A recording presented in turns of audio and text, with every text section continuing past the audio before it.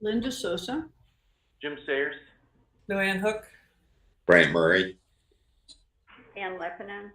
Erin Nelson, serving as town manager. So the agenda was switched around last night. We'll start with number 2, and number 1 will move to the 4th item, or whenever everyone's available to do that. So the first item we'll discuss is the policy and the form for addressing a request to vacate an alley or right-of-way. And everybody should have both the petition and the information that goes with it. And I want to point out a couple things. These were kind of a mix from other communities who have forms approved.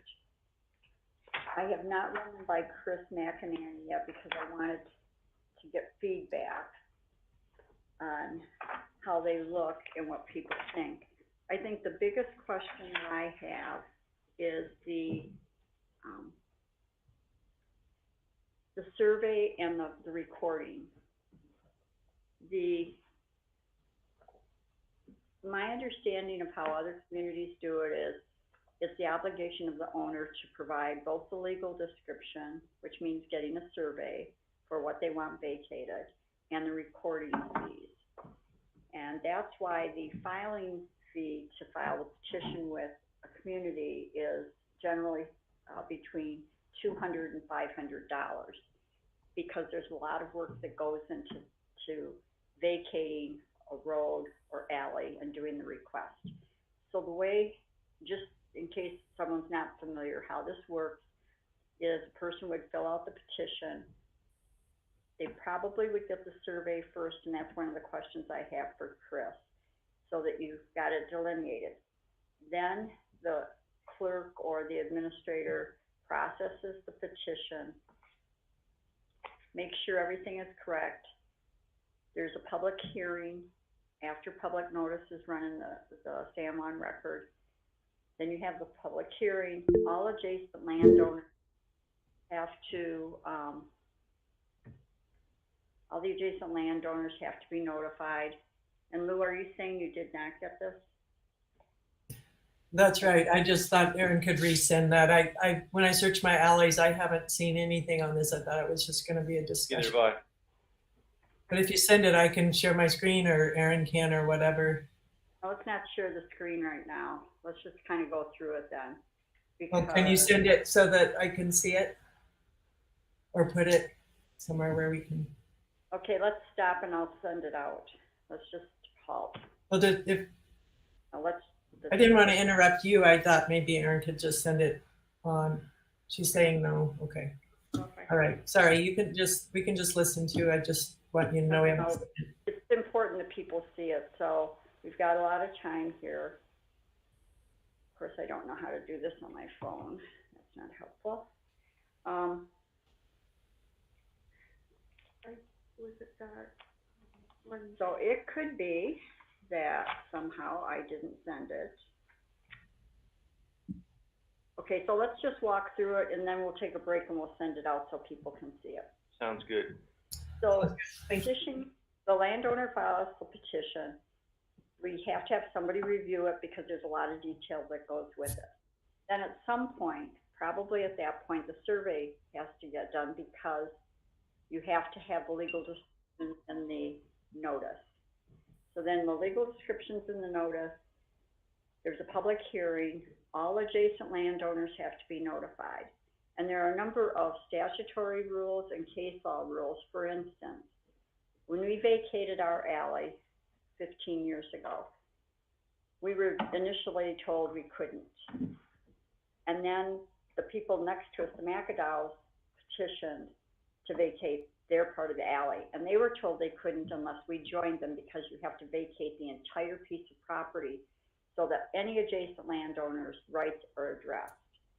Then after there's the public hearing and everybody's been notified and had an opportunity to weigh in, then the council would vote to vacate or not. Then if it's vacated, it goes up to San Juan County Recorder's Office with the proper deed. and all of those things that go with recording, paying the fees. So I looked at fees, and looking at San Juan County's fees, it's probably around $100 to record just a basic deed by the time you get all the recording stuff done. When I walked out kind of the pricing to come up with a fee, and now we're at the point where we've got to start setting fees if we're going to have a method to vacate an alley or a right-of-way, because there's no way we can just do this and not have an administrative fee. So there's the cost of the public hearing. So there'd be the cost for our audio visual technician to be here. We'd have the cost of the clerk or administrator who has to review all the documents, make sure everything is done. There's the drafting of the ad in the San Juan record, placement of the ad in the San Juan record. Then the question for Chris is who pays the survey, and I'm assuming that's the landowner, but we need to be sure that that's correct. Then the drafting of the deed. A deed should generally be drafted by an attorney who knows land use. It shouldn't be done by a community or a private person. You can do it, but you can make mistakes. So we'd have to factor in how the drafting gets done and who does it. If it's the landowner, whether it's the administrator, meaning probably Aaron or someone else that we hire, and then the actual recording fees. There's case law. And I'm just going to ask this, I sent out a case. Did anybody get the case too? It was a really long one. There's case law about if you don't do every one of these steps correctly. Oh. And the case law says if you don't do it correctly and you've missed one of those steps, then the transfer is void. It's not even voidable, it's void. You have not done this correctly. And that's one of the problems that we've seen with what we inherited from San Juan County. There have been steps that have been missed in a couple of these transfers. So in looking,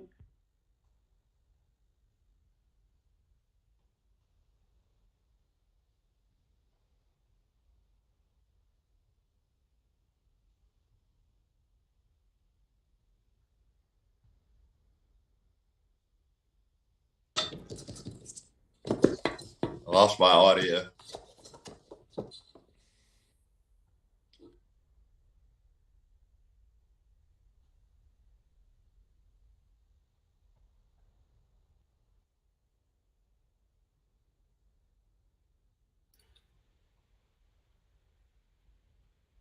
We assume you're having technical difficulties up there, but we're not hearing any. When I turned my speaker on, I could hear you, Lou, but I can't hear the mayor at all. Yeah, I think they've got something going on at the community center there. All right.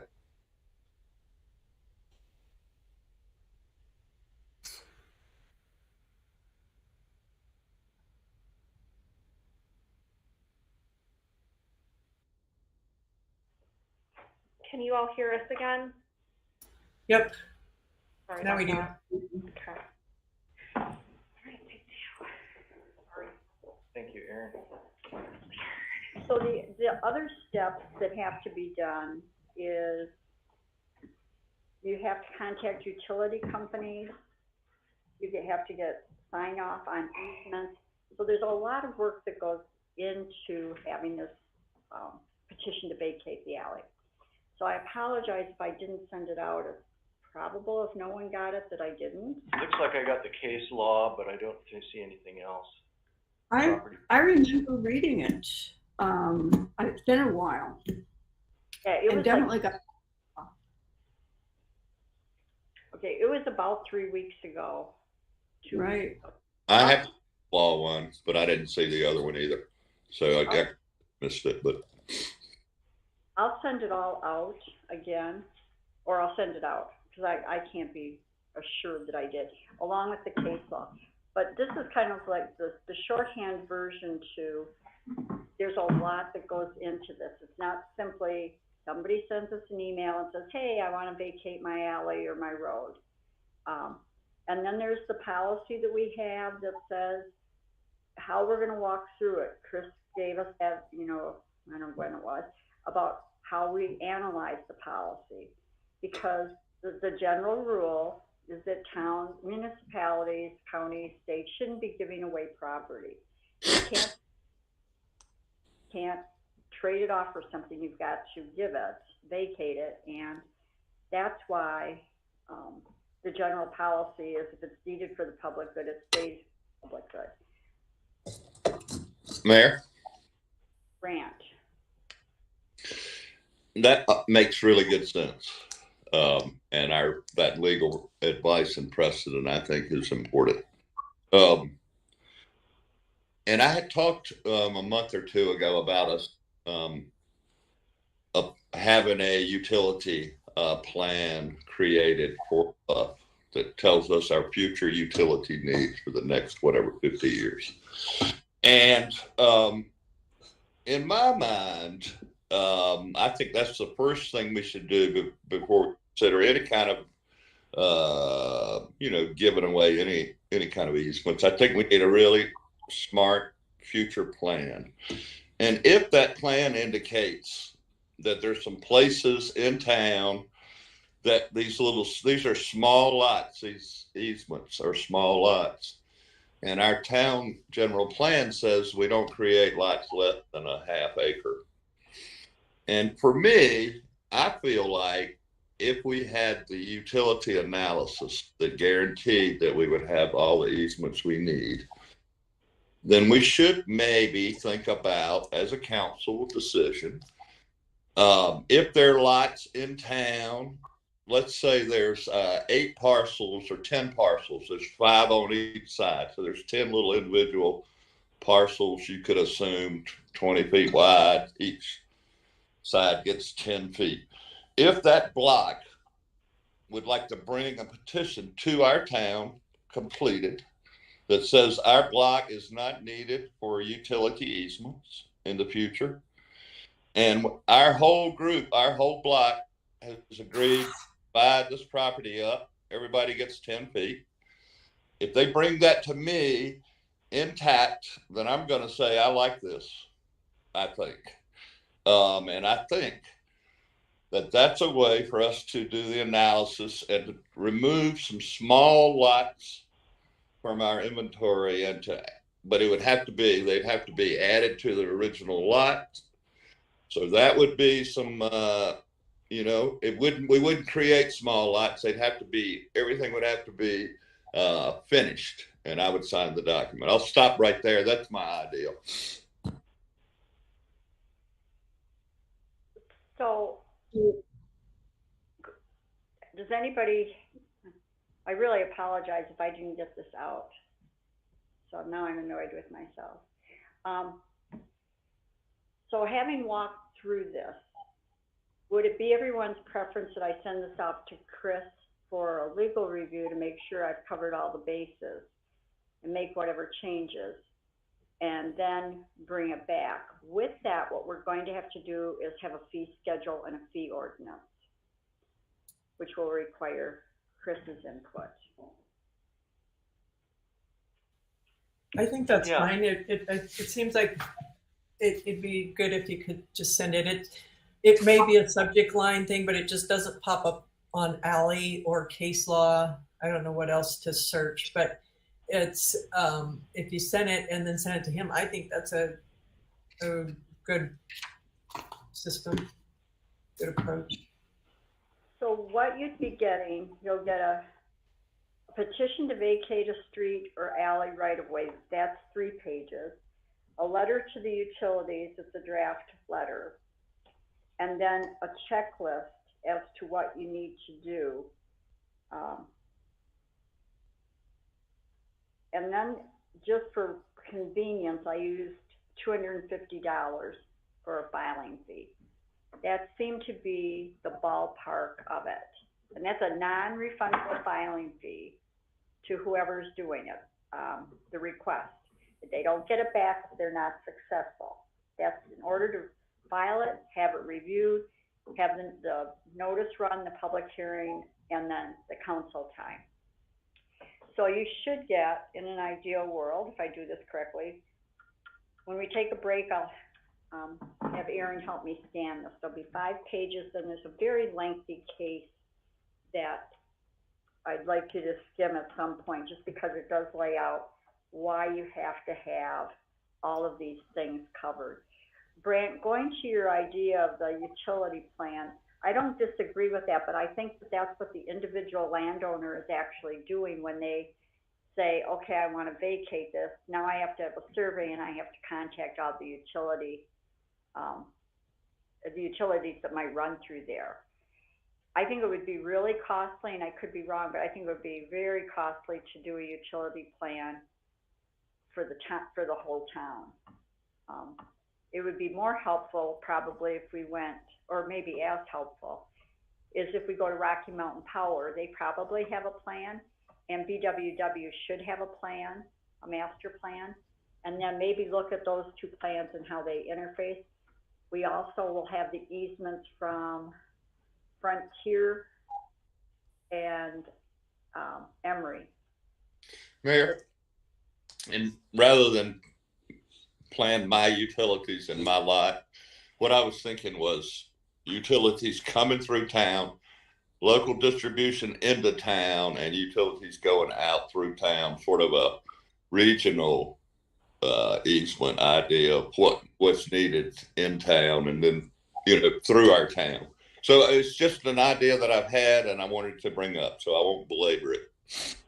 That's probably a good one to bring for the strategic planning next week, because that seems to be where that would fit. But for the purposes of trying to nail down the alleys and the request to vacate alleys and streets, we really need to kind of get this moving, because we have several landowners that are waiting for it. That's fine. That's fine. I'm thinking about a little bit larger process than these individual ones, but happy to talk about both of them. All right, so the question is, how do we want to approach fees? One of the things I'd like to throw in is that we don't charge fees for anything. And I think this is a point, if we're going to set a fee for this, and we absolutely need to, in my mind, then we should really look at having the ordinance cover more fees than just this. For instance, should somebody come and want copies? Should someone make a large grandma record request? We don't have anything that covers clerk time, copy time, copy costs. We don't have anything that covers anything related to the airport, which should be, at least breaking even. It may very well be. I haven't looked at that, but those things that are routine. So the second part of the question is, if I send this off to Chris, should I ask him to draft an ordinance that lays out general fees, and then we have a discussion about what fees we want to implement or not? But we have to have an ordinance to go with the fee. Yes, ma'am. This is 4 years into our town this week, and it's time for a fee schedule. Mr. Sayers, are you with us? Look like you're Yeah, I'm with you. I have a problem with this underlying principle that seems to be expressed, that the town is not willing to yield any land for any reason. So that seems to be implicit or explicit in some of the things you're saying. And I don't think that is a one-size-fits-all kind of. I don't think you can do a one-size-fits-all kind of an approach like that. It really is completely dependent on what kind of easements were done originally in these platted segments, like Cottonwood. If you look at Cottonwood, it's pretty ridiculous. And there's just far more easements in there than anybody needs. So, for example, some people do have utilities running through, electrical utilities. I don't know of any on the south side of the highway that have water running through them, but there are many of them that have never had utilities and never will. So as far as an easement is concerned, you know, to say that we want to keep all those easements is, you know, in principle is, I think it's misguided. I mean, it's to me, it's obviously misguided. The other idea is that, for example, Emory or Frontier, they are hooking up sort of coincidentally to my house using an old easement. But if the easement weren't there, they would use the same route. It would just be on my property. So this is not an easement for Frontier or Emory per se, so that they'd have a trunk line, which is what kind of an easement is for. You have a trunk line, and then you have various homes, various residences going off of that. These people are bringing these lines right down the regular streets, and then they're connecting the homes. So Emory and Frontier, to say that there's an easement for the purpose of Emory and Frontier, nobody is actually using the, you know, has any plans, as far as I know, to use these in-block easements, at least on the south side of the highway, for any kind of utility. Everything is going down the streets now. These easements were designed when it was fashionable to pick up garbage behind people's homes, I guess, or whatever.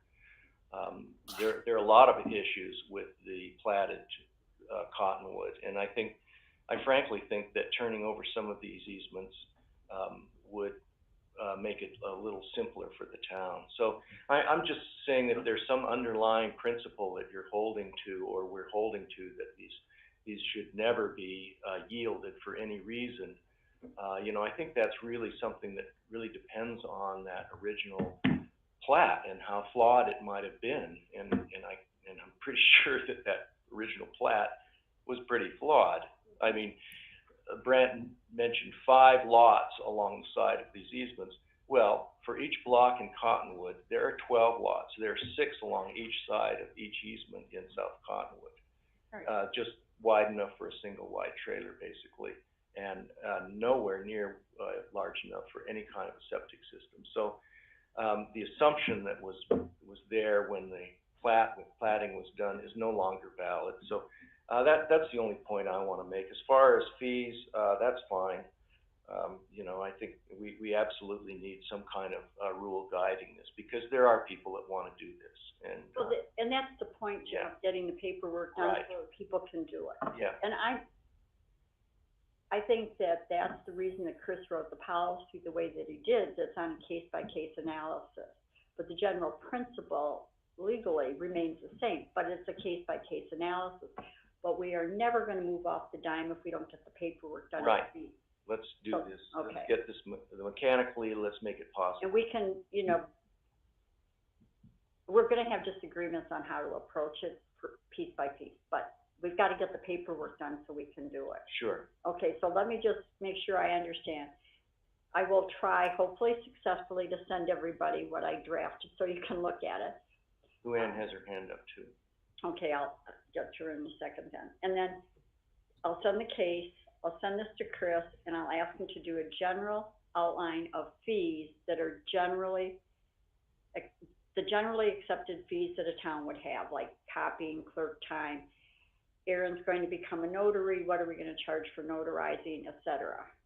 And then we'll try to get this back as quickly as possible so we can move on it. Lou. Yeah, so just a couple things on what you need to send. We all did get sent the case law, and it searches up if you put in vacate, that brings it up. So if you need to find it, you don't need to send it again unless you want to send it as all a package, which might be good. And the other thing that I think would really help, these alleys, since some have been given away and some have been held, and I know we have all the deeds, the list of deeds that the county has, I still would like to see a map that would be like, you know, showing yellow as ones that are clear and red the ones that have been blocked and given away, so that we can see if there's a contiguous route through certain ones before we would make any decision on a particular one, and just so that we can have a bigger view. Grant and I did that last year. We went through and looked at every, at least in Cottonwood Edition, we looked at every single easement. And I think I brought it up at a council meeting, and our hand-done map, I think it was sent out, but I can certainly dig that out and send it out again to you. But there are some that are blocked by brush. There are some that are blocked by construction. All the ones that had visible utilities, we marked those. And the ones that simply had nothing in them, we've got those maps too. So Okay. Gotcha. Yeah, mostly I'm thinking legally blocked, legally deeded over to somebody. But and we could use that Google Earth map, zoom it in, and just draw them in on there. But it is weird because it's just that little section of town. It's not the old part. It's not the subdivision. Well, it's actually kind of a big section of town. it's about half the town. It's, that's true. It's a big section, but that's my only comment. Is there still nebulous in my mind? Like, is there one in the middle that they gave away and not one next to it, but then you can't get all the way through the alley and those kinds of things, and where the power line has an easement already? Do we give them away but with an easement, and those sorts of things I can't tell without seeing it on a Okay, so I just want to stop this discussion for a second. If everybody thinks back to about 2 years ago, the surveyor's office in San Juan County sent us that map that is color coded. It has the surveyor's notations on every lot that has been vacated an alley, illegally blocked an alley, illegally placed your crap in the alley, etc. So everyone should have those maps. There should be 5 or 6 of them. I will send them out again. Now, with that caveat, I don't always remember to hit the color function on my printer. So if you get the map and it's not color coded, then let me know and I'll run one off on the printer and you can pick it up. But we have those maps. Well, all the surveyor's office. They just, yeah, we saw those before, but they weren't readable. They were so small in the transfer. So maybe with a couple of years passing by, they'll pass through better. But okay, I can only do what I can do. I can read them. I just downloaded it to my computer and made it larger on my computer to read it. But let me give it a try. Let me make a note here of what I'm sending so I don't forget. Those were the maps that Jim and I used when we did the drive. And yeah, we verified or changed or whatever, but I've got all that stuff and I can. All right. Good. I actually have a text. I analyzed it and I have an analysis, so I'll send that out probably, Lou. Okay, thank you. But again, I'm not interested in being the initiator of any of this. And in my mind, one lot owner coming to me to ask for a vacation down the road is not something I'm interested in. If we could have a blocks try to do it as a unit, then I think that would be something I would be interested in talking about. But that's about it. So Brant, again, I apologize for not sending this out, but on the petition, it requires every adjacent landowner to sign, and the petition cannot be submitted unless every adjacent landowner is asking. So again, I apologize. I will get this out today. Notification, Mayor? Or is that for, because like typically you notify all your adjacent landowners. So the question is that for just notification? But we'll find out more. I don't want to belabor this. I'm just telling you where I'm coming from on this. All right, then I will get this done hopefully today and off to Chris. And one problem with that adjacent landowners is, say, in this block of 6 units in a block, the only adjacent ones to that alley in between are the south and the north, and it doesn't impact the ones on the east or the west. So the east and the west get cut off on their alley. It stops at a dead end. So it needs to be more than just the adjacent landowner, is what Brant said. That's what I'm interpreting. He's saying take the whole block, make the whole thing, and consider the whole thing instead of just piece by piece. It's kind of my idea about how if I was a councilman and I had someone approach me about this and the land could be verified that it was not needed for future easements, then I would consider it. So we're a long way from that, and there's a lot to decide. But that's kind of the way I've been capsulated. Since Jim and I did the work, that's how I've kind of been framing it in my mind. So since it hasn't had a legal review, we'll have Chris weigh in, but my understanding of what the law says is that it's adjacent landowners. So it goes block by block. If I'm wrong, I'm wrong. He'll tell us. So I'll send it off, and hopefully I can get that done today before I forget that I'm gonna send it. I do wanna have you think about the cost, the fee though. What do you think is reasonable? So when he comes back with this stuff, we're not starting fresh with what do I think a fee should be. Try to think of everything that we're gonna have to do to cover doing something like this. Linda, did you have something? It occurred to me that at the start of this conversation, we should have had conflict of interest. But that's just, Well, I can declare a conflict of interest. Sure, it's a work session. It's a work session, so I mean, as far as I know, there's no voting involved here, but Right. There are people on the council that are affected by this decision. It's a good idea, Linda. And I have property that borders an alley, so I can declare that conflict of interest. I Okay. have it as well. And I actually have one of the properties that has a pending request to vacate. I have friends that have it, so I've got a conflict too.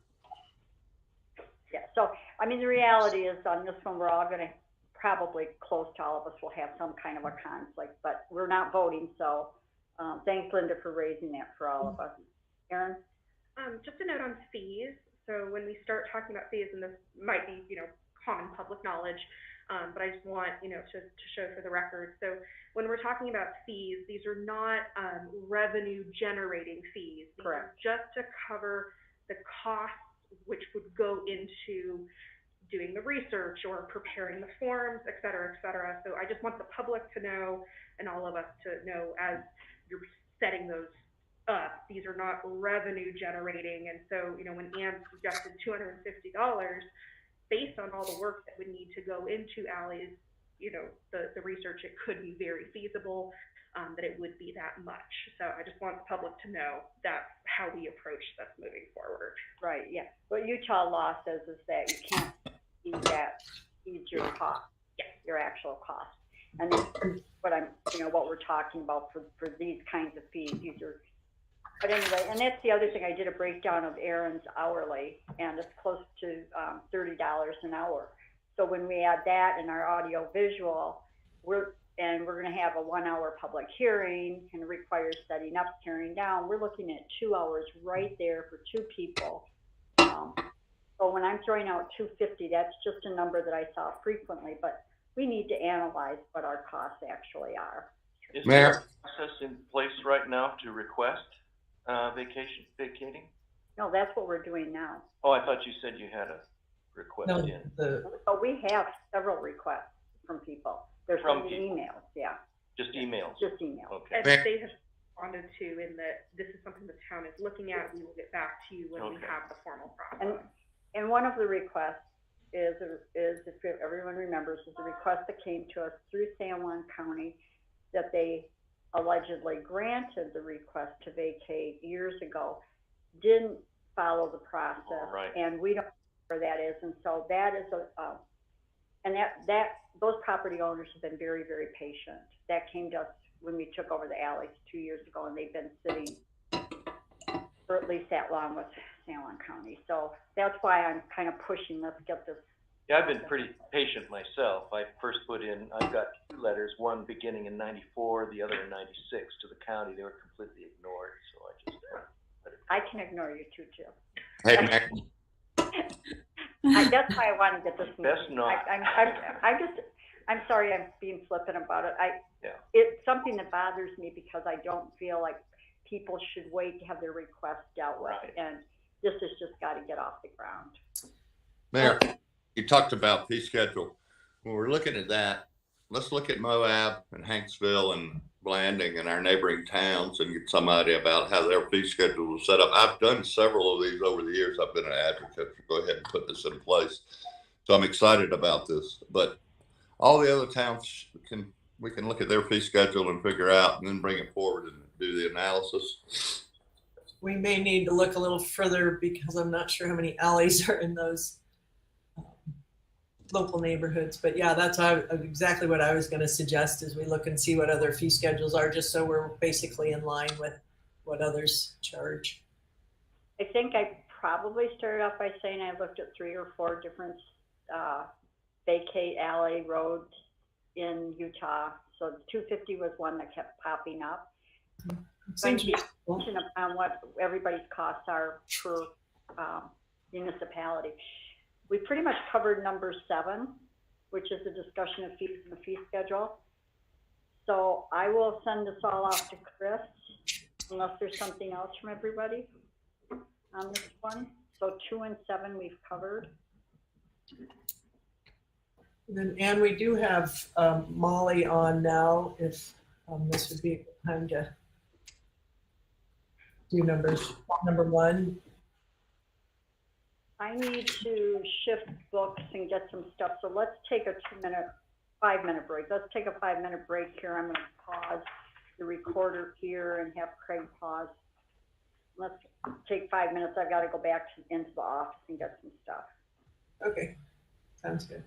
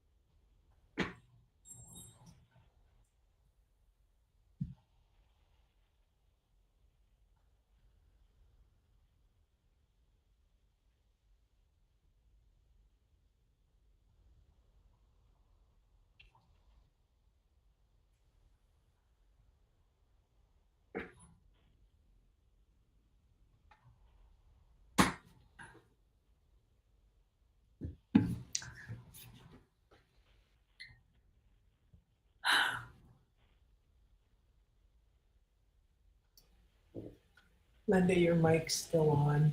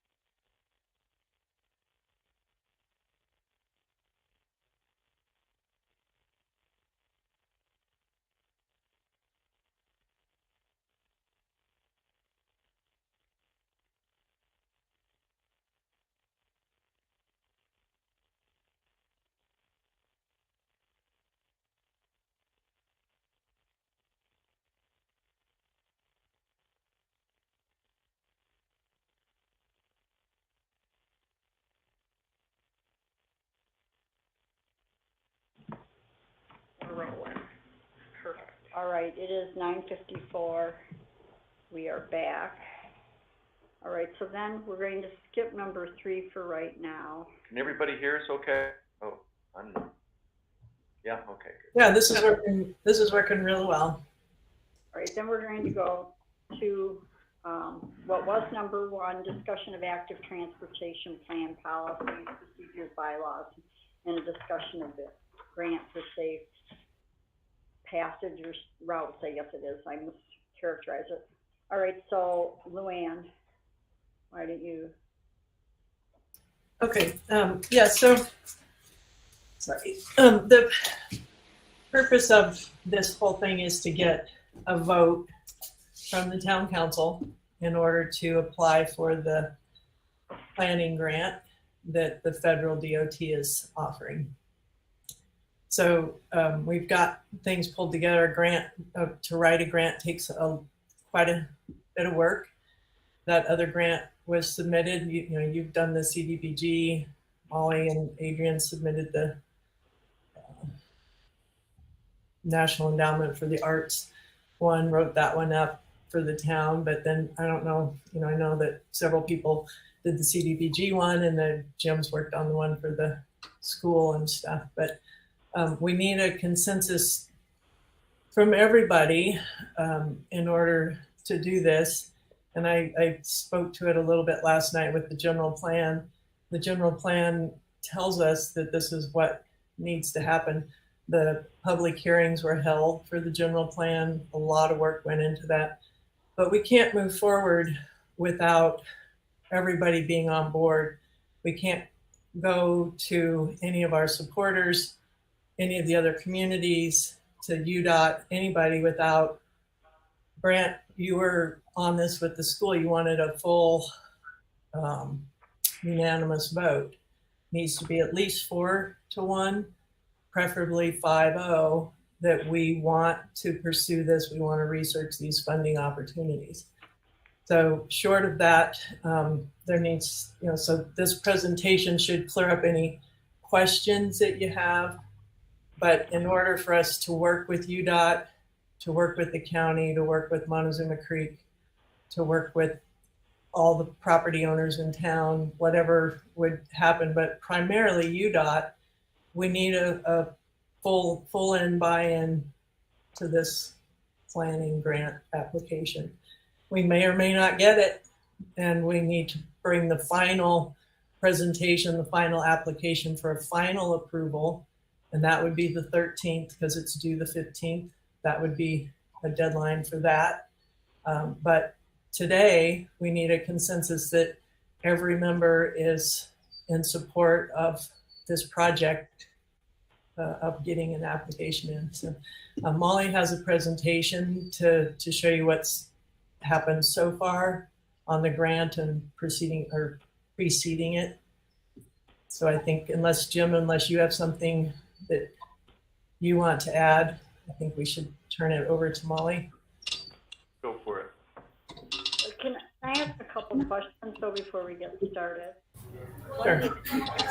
What is it that we sent out was asking to have a list of committee members so the committee could be approved by the membership, though we know who's on it, who's chairing it, whether there's a written policy for how this is going to move forward, either bylaws or something, and then a draft of the grant writing. Maybe I've missed something but I haven't seen any response to the request for some written material so that we can look at it. So Molly, in her presentation, she has some things for the grant, and that she's the one doing the bulk of the work on that grant application. So that will happen as we get a consensus that that's what we need to do. And as far as bylaws and things, that to me, I think we need to follow either what we've already set up for like the roads committee, I guess recreation committee.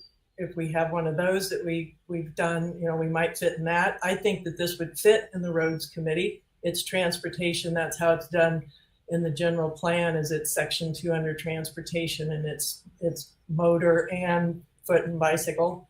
So whoever, put us in a category, but I don't think it's probably a good town policy to turn it over to whatever committee to make those bylaws, because like mine would be quite simple.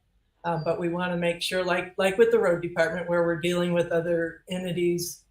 So maybe give us that and let us tweak that. Or I think that's not a committee thing. I think that's a legal thing, or maybe the town manager to come up with that, and then we abide by that committee. But in the meantime, while you're getting that paperwork together, we just want to, get an okay for this group. If you don't want to call us a committee yet, we were assigned as a committee, but if it's not ready, that way we can still get the consensus that you want these volunteers to draw up the grant and submit it from the town. It would be a town submittal. I've got a question. Go ahead, Grant. What size grant are you applying for? The minimum is 200,000 on this particular grant, and it's only for planning. And so that's why the idea was to expand it into the bigger region and have a planner come. And the planner would also get, we'd also have money in there for active transportation plan. They would help us get that done. If we don't do it through this grant, then we'll need to hire somebody to do that planning for us. If we don't get grant money, the town will need to hire help to get that done. Or wait for another grant. I'll hold the rest of my questions till after Molly's presentation. Okay, one thing I just want to go back to what Lou said. With Michael, there was a resolution appointing Michael and a vote.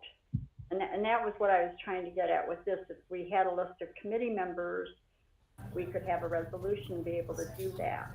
But right now, we're working with, well, let's let Molly go ahead and present. Yeah. Well, I'm pretty sure we had that list at one of those early meetings.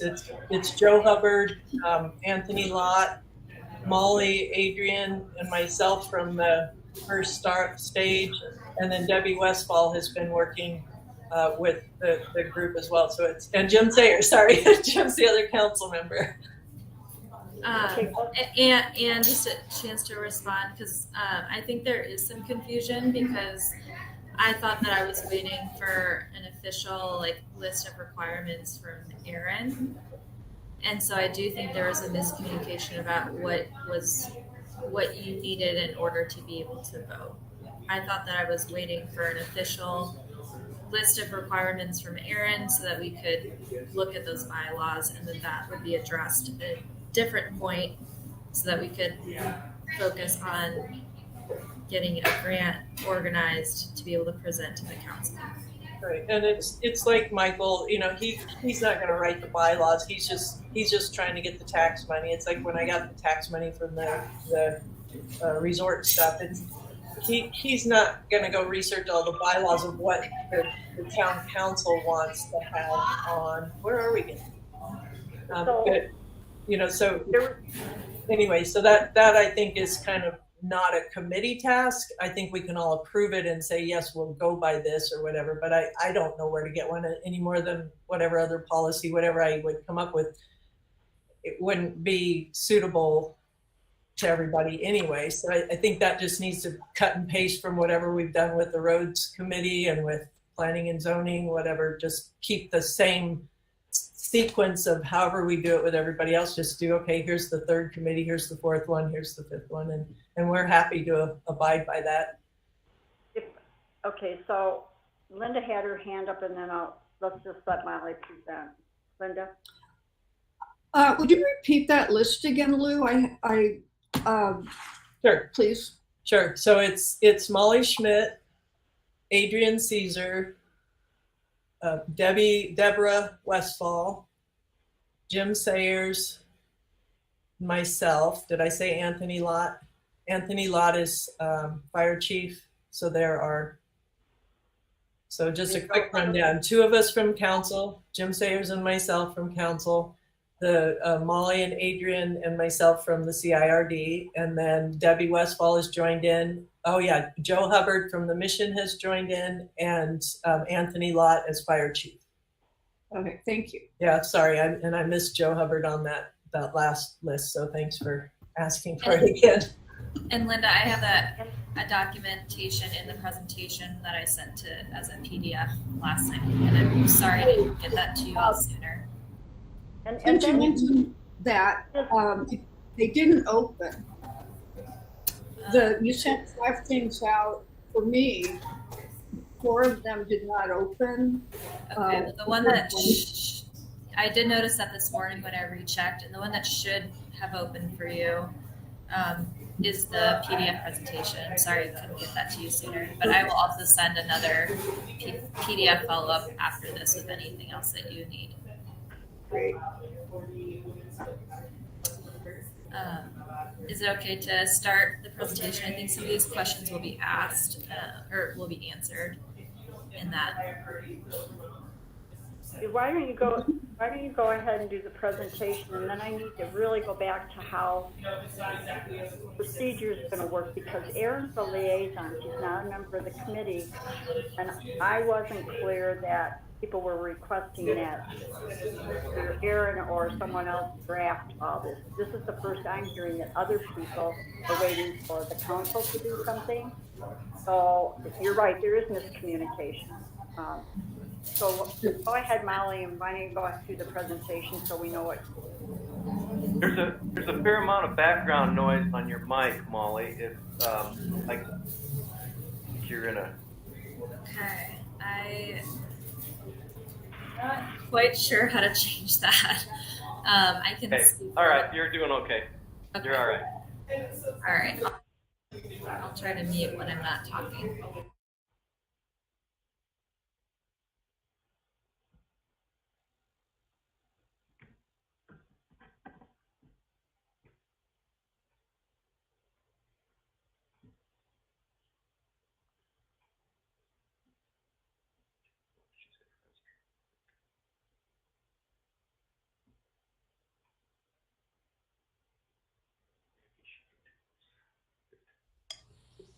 I don't have any audio.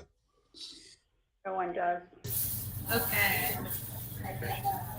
Here we go. Okay, so the grant that we're applying for is called the Safe Streets and Roads for All grant program. This grant is part of the National Roadway Safety Strategy, and the point of this grant is to fund regional, local, and tribal initiatives to prevent roadway deaths and serious injuries, referred to as Vision Zero or Toward Zero Death initiatives. This grant will fund a comprehensive safety action plan or transportation action plan. A lot of this language means the same thing, but people use different words for it. It's mainly to conduct planning, design, and development activities in support of an action plan. This is all is that to say it will fund a public planning process. We can hold workshops. We can follow specifically the UDOT Transportation Action Plan guidelines. Molly, is there a way that you can get to a quieter place, because it's really hard to track what you're saying? Okay. Yes, let me see. I think I can. I just need a minute. Sorry.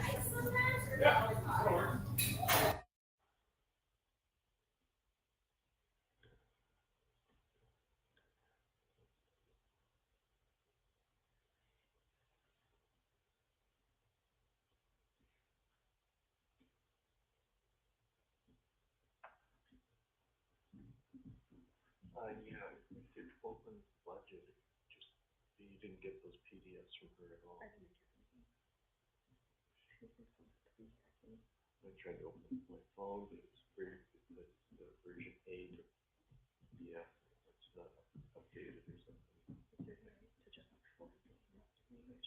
Oh, I guess I can do that. If you're It's able. it's very cumbersome, but just most stuff I can open with my phone.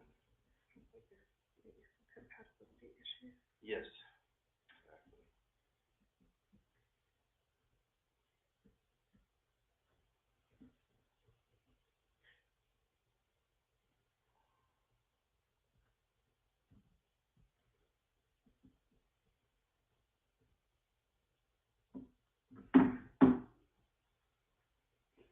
Is everybody able to read this?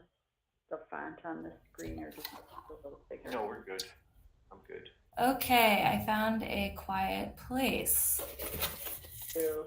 That is much, yes, that's much better. Thank you. Okay, great. And Thank can you. can you just enlarge your screen just a little bit? I can. I just have to get there. Okay. Yeah, thank you. Okay.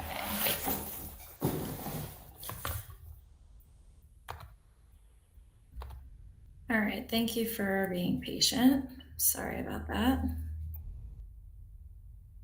Let's see here.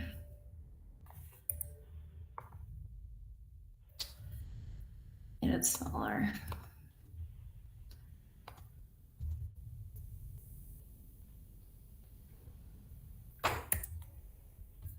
Okay.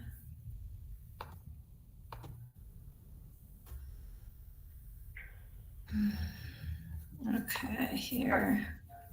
Try the view. Just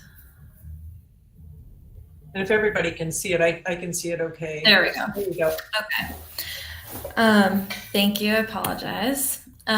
So for eligible activities, this is basically the grant is due on the 15th. It's a minimum $200,000 budget.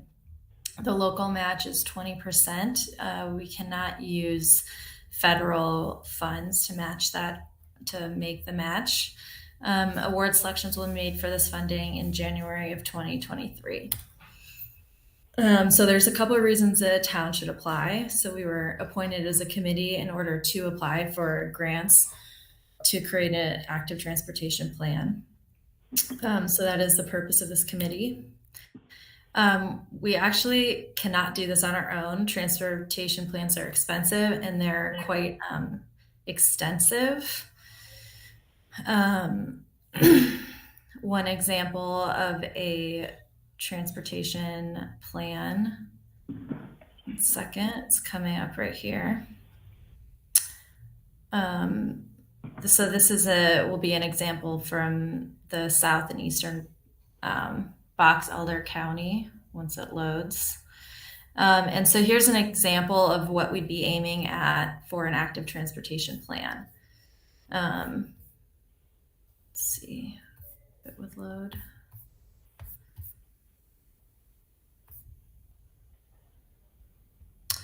And I'm just going to go through this quickly. This is just meant as to get an understanding of what an active transportation plan is, but usually it's included with a vision, goals, and objectives, and these are sussed out during your public engagement meetings. Benefits, but then existing conditions that require different types of maps that include zoning, options for public transportation, proposed corridors with different data, and then like an overall plan. And so this is what we'd be hiring a planner to help us put together. And we'd most likely be hiring within the budget a project manager to manage this project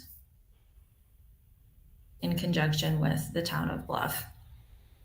And so this is what's included in an active transportation plan, just so that we're all kind of on the same page of what it is.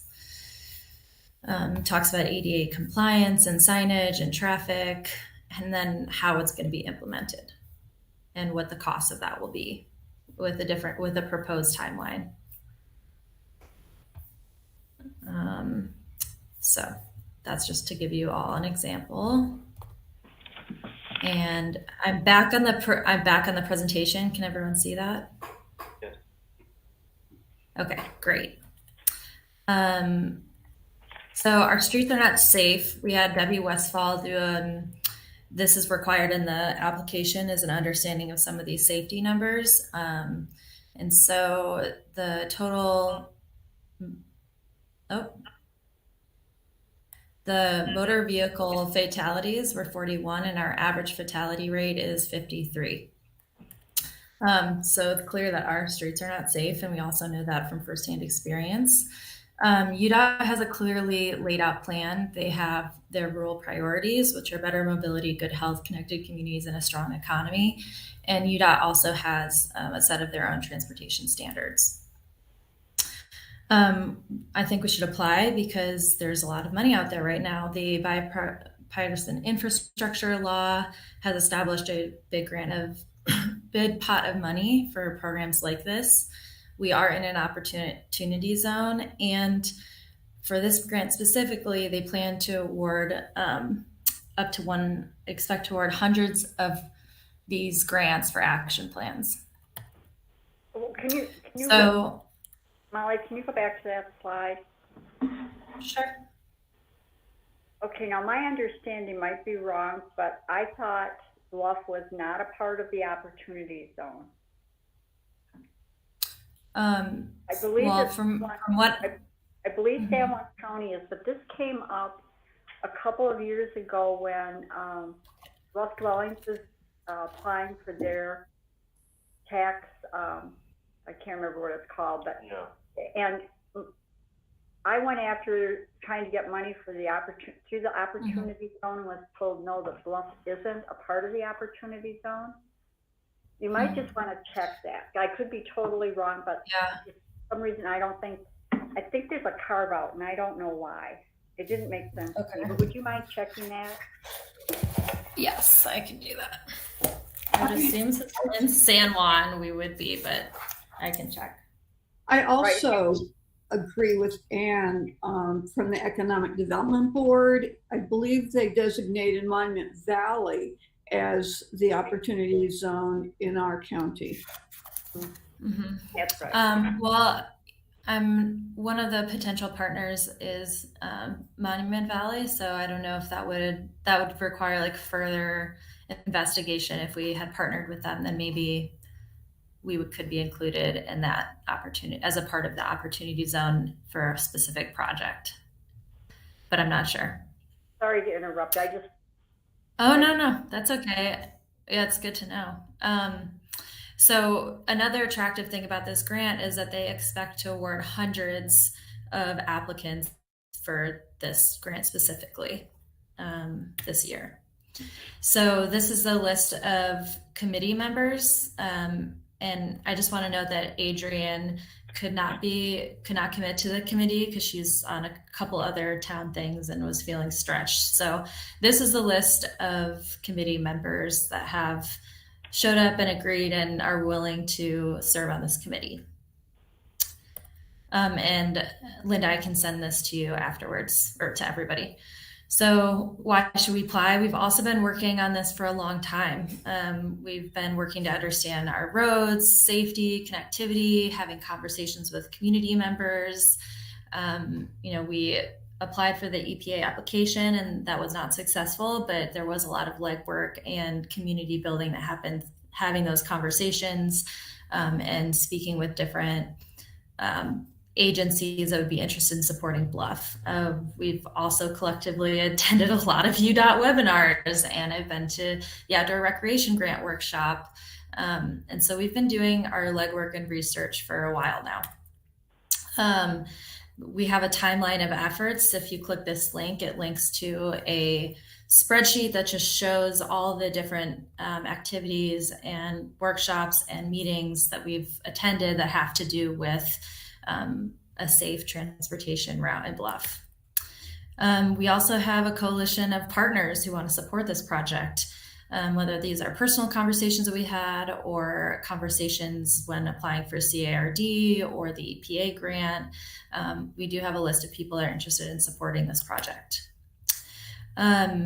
We want to improve connectivity. So this is a map that is a proposed map. This is a visual aid. It is not official, but a draft of a map is required to submit for the grant. And so this just shows an idea of the extent to which a route like this could be developed. If you look a little bit more closely, we also, part of this grant is it doesn't have to just be along the highway.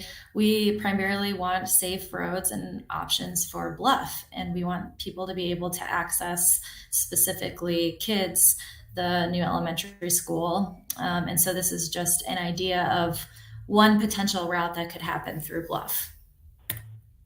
And obviously nothing can be cemented until we have some sort of public planning process, which this grant would allow us to do. So I think Luann really touched on this last night, but the town of Bluff has a general plan that outlines some pretty specific transportation goals.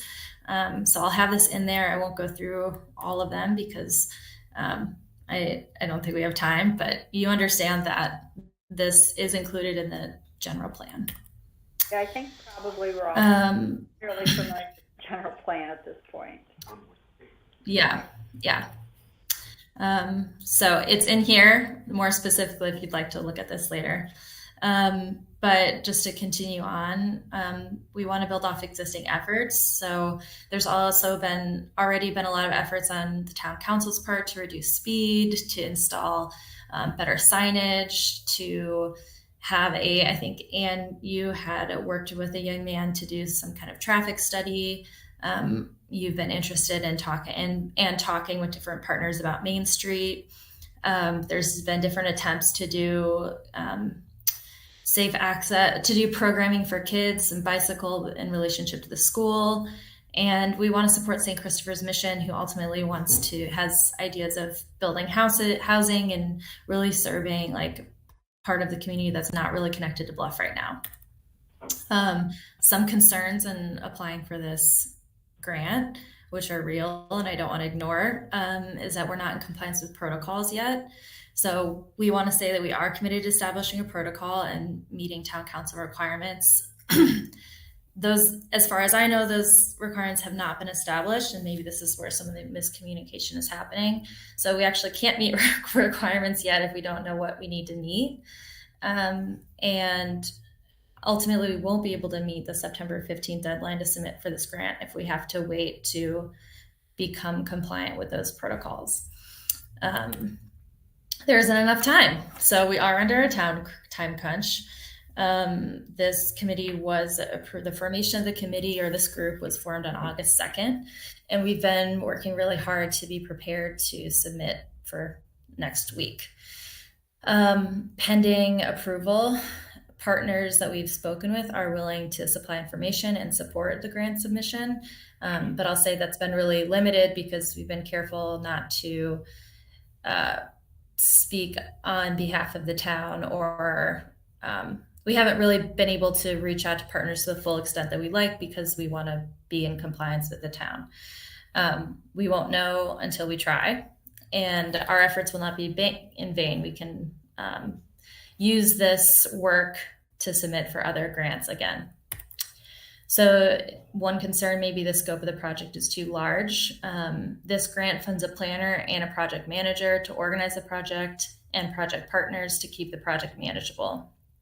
Ultimately, in looking at a lot of different types of grants, that if we're just focusing on Bluff, we are too small. The reality is we're too small a town to be awarded funding on our own.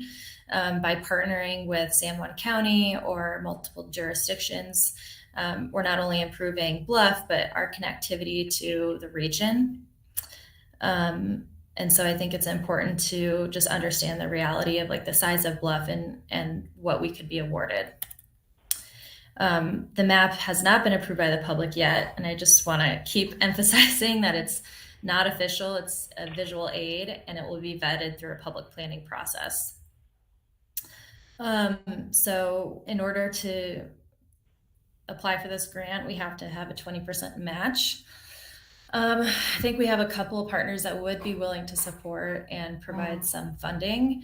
And the reality is that we're waiting for a conversation with UDOT to see if they had expressed interest in the past on conversations that I was not a part of to make this full match. The reality is if we don't get a full match from them, we probably won't be able to apply for this grant. And that conversation isn't happening, I think, until the end of this week.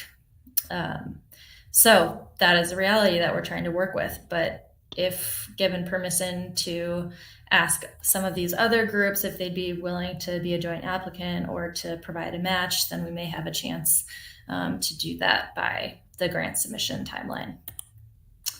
We're also pretty organized. So I have a full kind of task list of what is required in order to meet the grant. And you can click on this link to see the full checklist. This is just a screenshot. But the application requirements are safety data, a narrative, which is in progress, and then some of these documents that were attached. I tried to attach in the email, but didn't go through, and I can resend those out. But it's not too much is actually required, except for the budget needs to be really well vetted. And then these are optional attachments. So some things that I'd like to attach is a list of our timeline of efforts. Actually, the map is required. A list of partners. Bike Utah did a bicycling study that actually said that Bluff was the most unsafe part of their route, I believe, from Monticello to Monument Valley.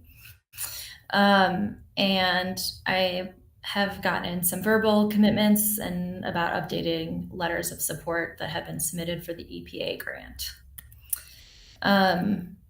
So what if we're allowed to submit, what are some other things that this group can be working on? Continued partnership building. I think there needs to be some kind of public interface, like a website page that just says, like, this is a project and vision that we're working towards, and these are some of the efforts that we're making towards this. Maybe that is a Safe Routes Committee page, or maybe it's a link and it's not on the town government page at all. We need to keep having conversations with UDOT and getting guidance from them about what is the best fit for us if this grant is not. So my kind of final request for the council, and just like ultimate disclaimer, is that I really am not interested in like pushing anything forward that doesn't get 100% support. We're part of the town councils technically as a committee, and we want the support of the town council and buy-in. And I think figuring out a little bit better how there can be some less friction communication-wise, how we can work together. I think it's imperative that we have a little bit more autonomy and permission to inquire about partners and their ability to make a match and ask them what they're interested in and what their priorities are. And then just some like clarity on what needs to pass through the council and what is the difference between a vote or an update. I think it's hard to apply for grants on such short, because oftentimes grants come out on short timelines, as I think everybody knows, and it's very hard to get all the permissions that you need while working in the grant and waiting to have conversations from partners. So that's kind of been the challenge for this grant. And I can completely understand the town needing to make sure that everything is within like compliance. And like I said, I'm not interested in doing anything without full support of the town.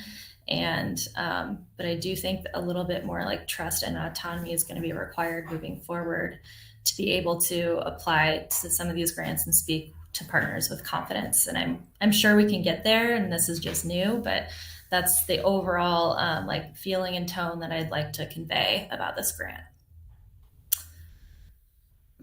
So I'm going to stop sharing unless someone wants to see something on my presentation. Molly, can you make that presentation available to us? Like, are you able to send the slides out?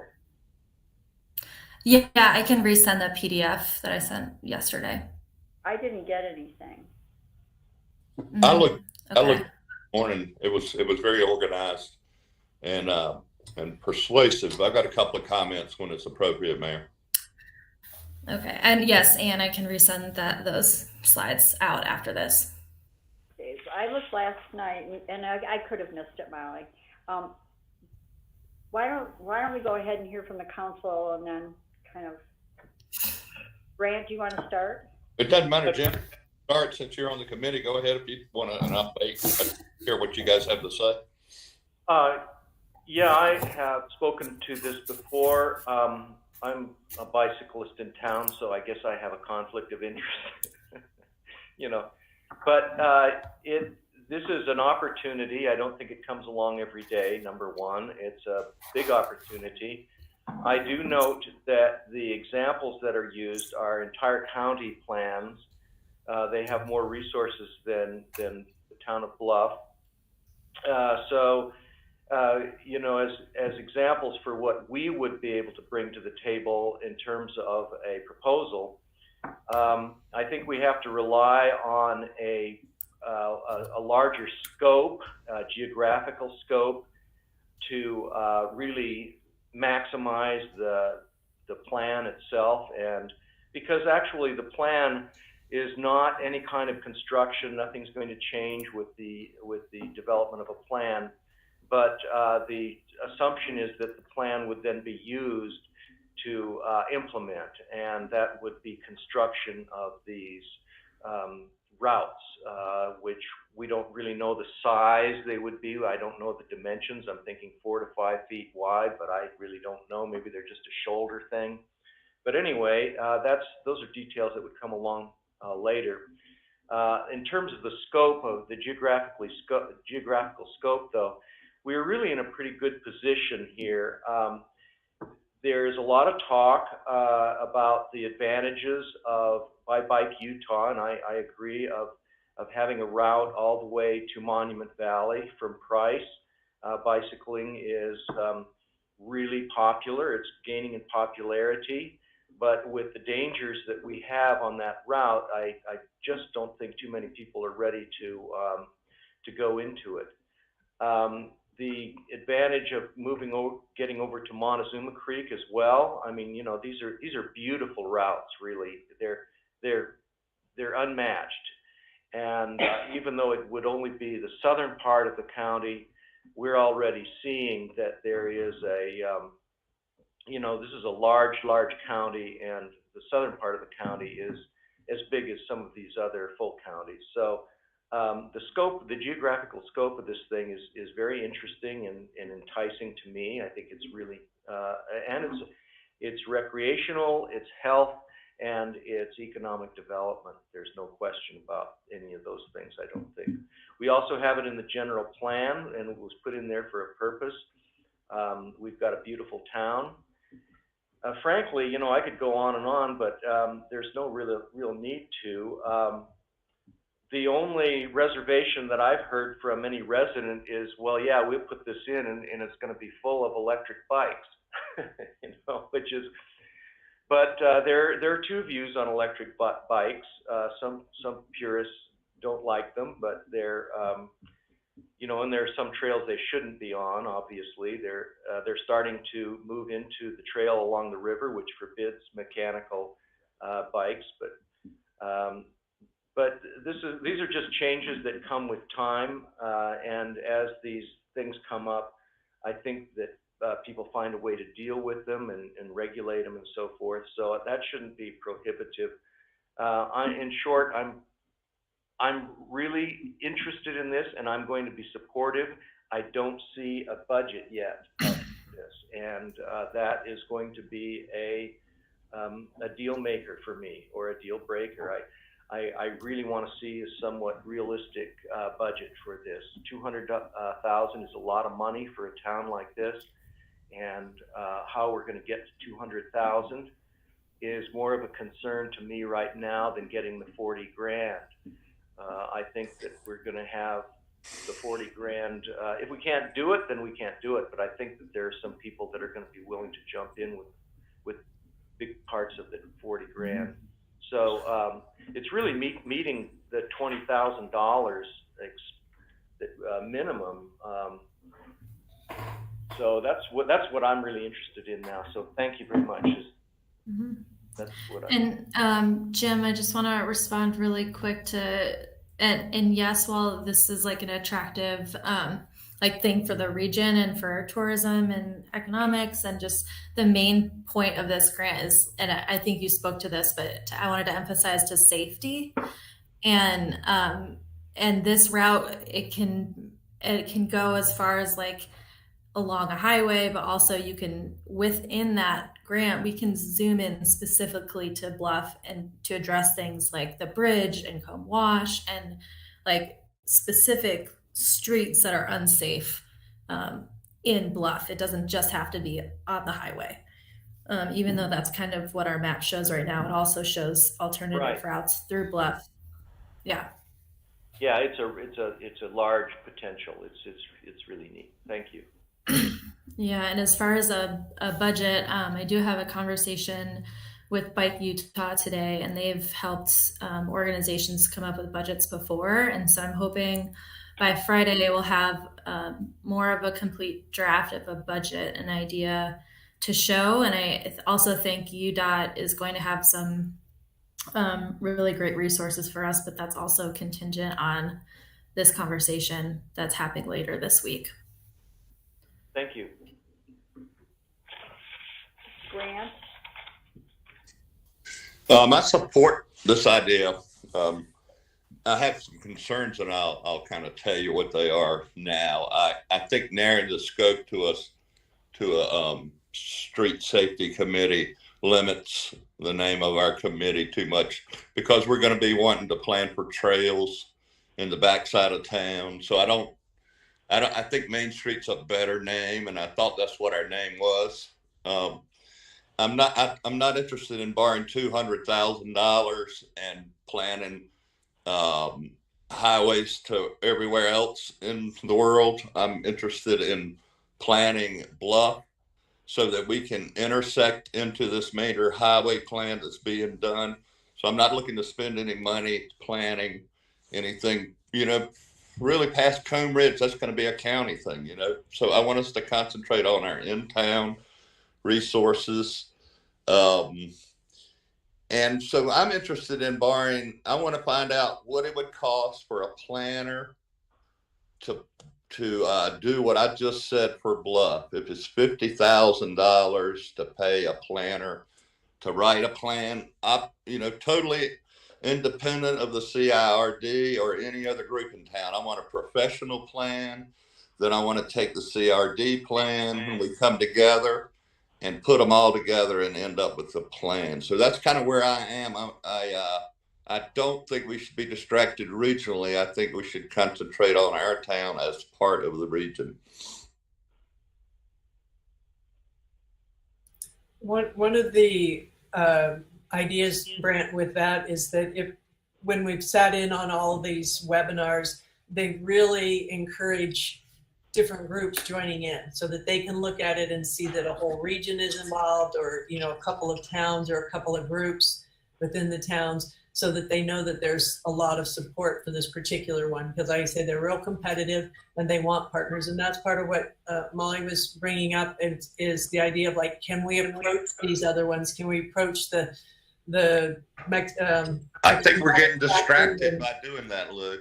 Okay. We got a lot to do in our town, and I just think by thinking about Montezuma Creek, it's not in my wheelhouse. I'm not really interested in talking about that. In the general plan, it does talk about connecting communities, and then with this, if we get those partners, then the grant pays for all this planning. If we don't get it, then we pay.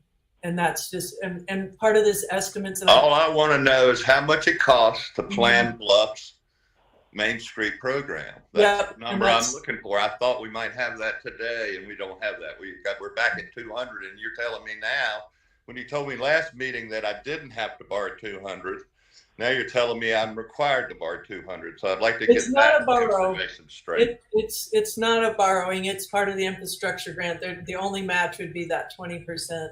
If I got to come up with 40,000, it's probably borrowing. Okay. Yeah. I had one other thought. Sorry. I did want to say that I did not say last night when you asked me about the UDOT regional planner conversation. They did offer to do the estimates. So Molly was talking about the bridges to cross the wash. They will do the estimates of what that might cost to put in a footbridge or to put in a wash bottom that might hold up, a concrete bottom, but they were going to do some estimates that way. They're also going to do some estimates on the actual concrete trail. And so they probably also could be ones that could give us an idea of how much a planner would cost through them or through somebody else, they may be some information that way too. But we'll have more of that by the end of the week. I've been involved in this in 4 years, and I've thought about it for 4 years. So I've got some hard fixed ideas that I'm going to need to try to soften the edges on. But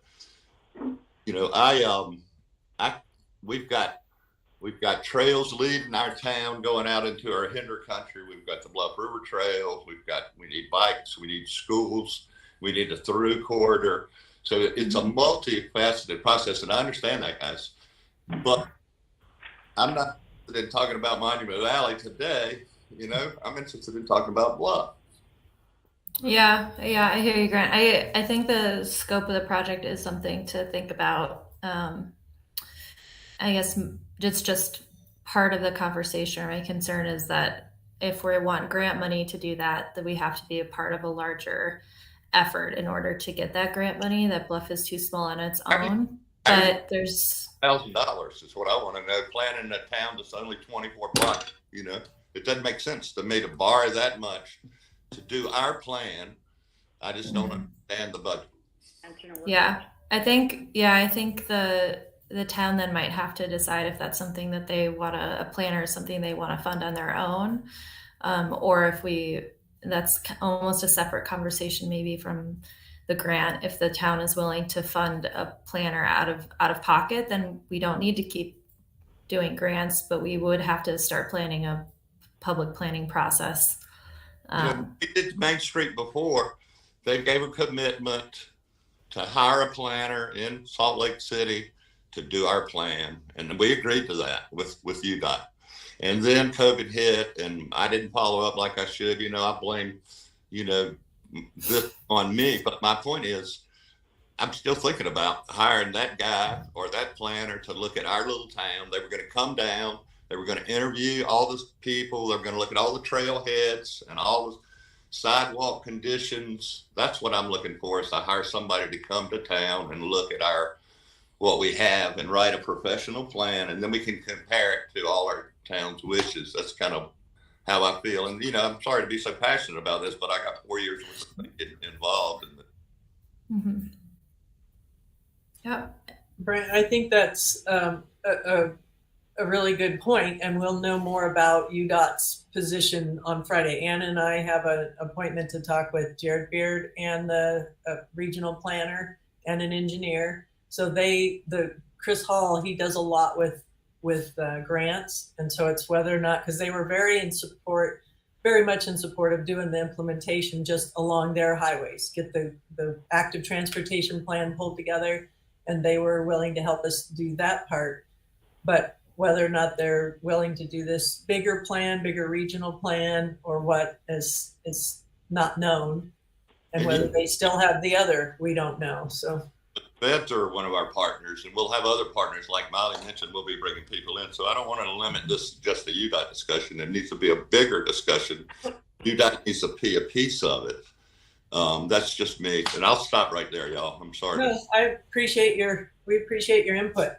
That's great. Linda, do you have anything?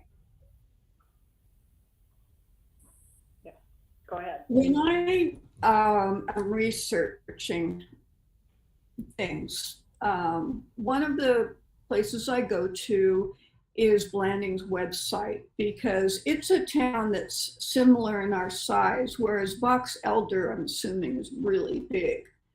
I don't know that Blanding has one, but I kind of am going with Brant that this needs to be focused. Let me get my notes here.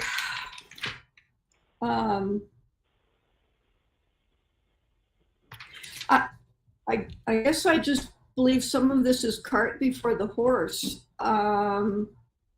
You are supposed to be a committee that makes recommendations, and it sounds like you've already gone out and talked to official kind of people, and that really kind of concerns me. I mean, that is the kind of thing that you would say, well, we want to do this, this, and this. Our committee has talked. We would like to do these things. You come to the council and the council, says that's a good idea. So I just believe without the 40,000, we should not do it. I really support what Jim says about a budget. And I guess that's where I am. Just to ask if you're concerned about, like, when I've spoken with UDOT, you all sent me to that meeting. So if I go, I can't text you each question before I ask it. You need to have a little autonomy. If there's something else that I did, maybe let me know what that. Is there somebody else to talk to that you didn't want me to?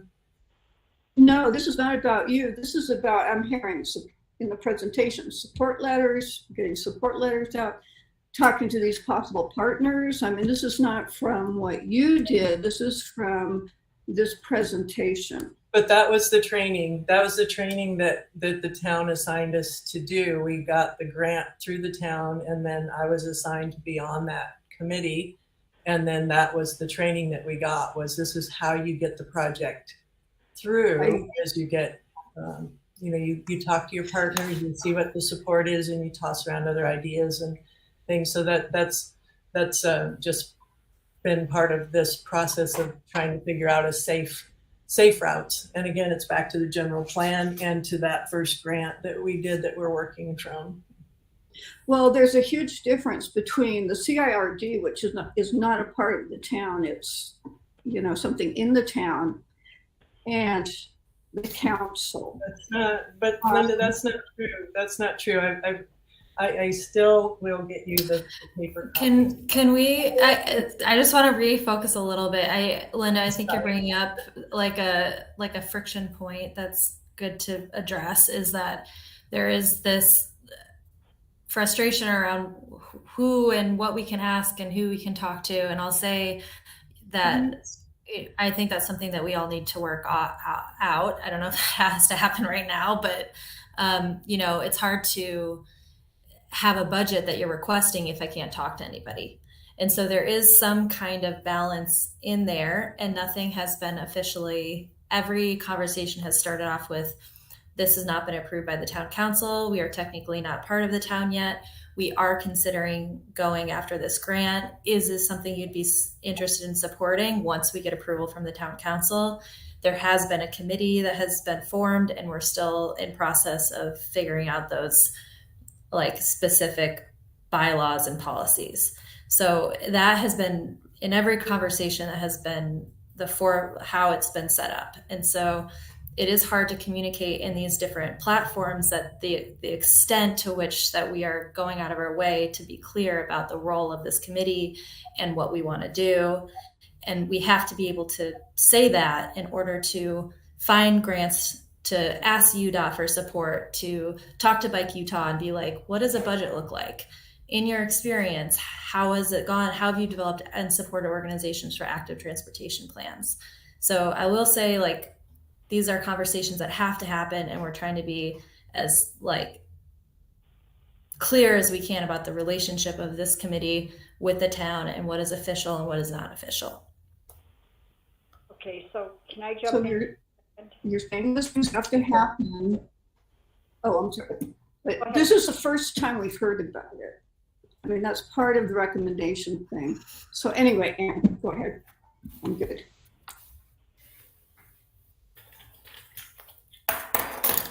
I want to start with saying that I really appreciate all the work you've put into this. And it looks like you've got about a week to pull this off to be able to submit a grant, meaning we meet next week. And this is a lot of information. I personally don't do well with it handed to me and then trying to make a decision. So I appreciate how well organized you are, Molly, so that I can kind of get my head around what you're doing. I do want to say that I agree with Molly that there's some confusion and miscommunication, but on August 26th, I sent everyone an email and kind of outlined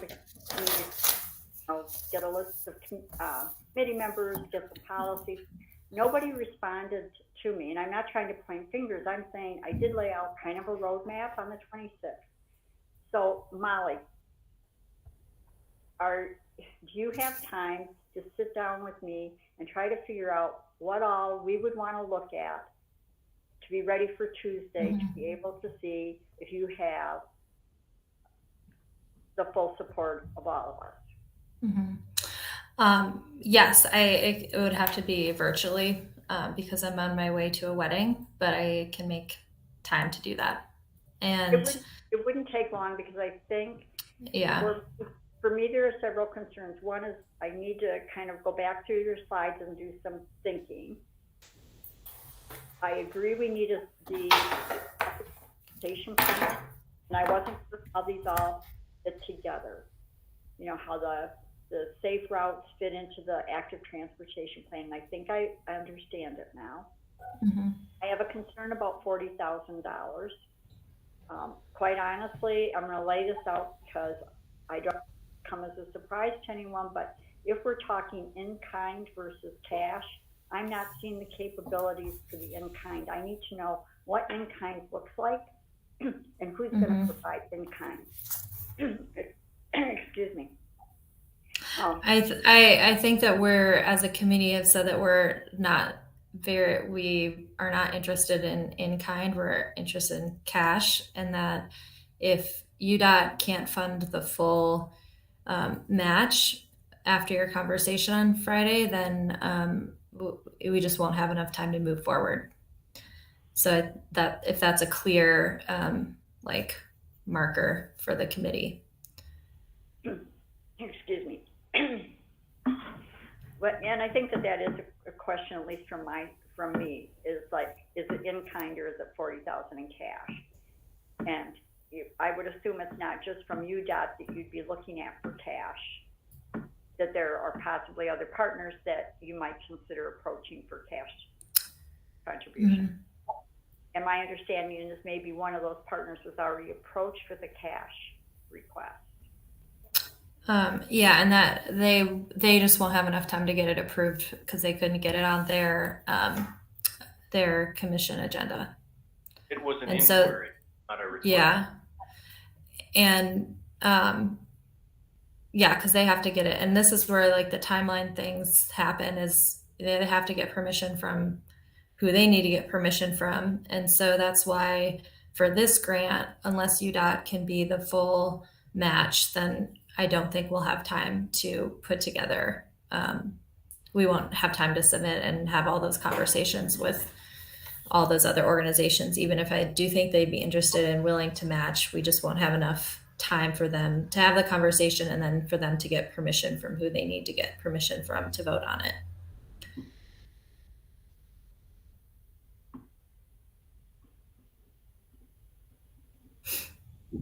I think this is a really important piece, is to try to clear up some of these questions for next Tuesday. If some of these things can be answered, I would support it. But I need to have a little more work on this. And I understand the confusion around when do you vote, when do you recommend, what's a committee, what's a commission, what the structures are. I'm a little frustrated as well as you are, because I did think I laid it out what we needed, and nobody followed up to say, I don't understand, or can you help, or can Aaron help? So let's use this next couple of days to see what we can pull together. If you're willing to continue to work on this, to get it to Tuesday, and I think Aaron's got something here too as well. Yeah, I would say I can take some of the brunt. I think I might have not communicated clearly enough what I was hearing from the committee last week in their meeting regarding the need for it to come from the town in regards to bylaws. So I should have communicated more clearly that they were looking for their direction. And I think, at this point, that it doesn't matter, but thank you. I think that what I'm trying to say, and I'm not being very clear, is let's see what we can pull together between now and next Tuesday, between the information with UDOT and anybody else that we might need to reach out to, or you might need to reach out to. But and anybody else have thoughts, questions, concerns, anything you want the committee to address? No, I don't want to misconstrue that I'm not for this. I think it's something we really need. So I just want to do it in a Bluff-like way instead of a San Juan County way. And if we do get this grant or a different grant, it needs to be really clear that all those funds will come into our banking account. And that's another reason to have recommendations, because the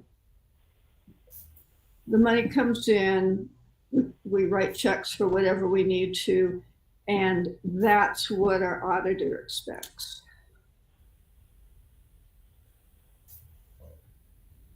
And so just to be clear on UDOT, like you said, they were willing to match the 80-20. The feds will do 80, UDOT will do 20. He again had to follow his chain of command and make sure on that. He couldn't just sign off on it, but he said they would do that on the big project. So it's just unclear on this planning if they would be interested. And there are a lot of other groups that are interested in this, putting this together, but unless they're a private organization, they can't just pop it off real quick. They can't, or an individual, they can't decide real quickly. So, we're under the time crunch, and we'll know more on Friday. Friday's meeting will be really important, and we'll clarify quite a few of our questions.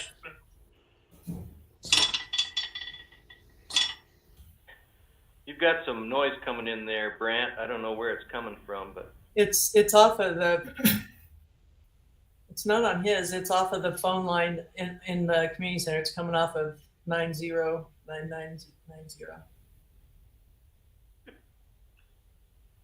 Okay, so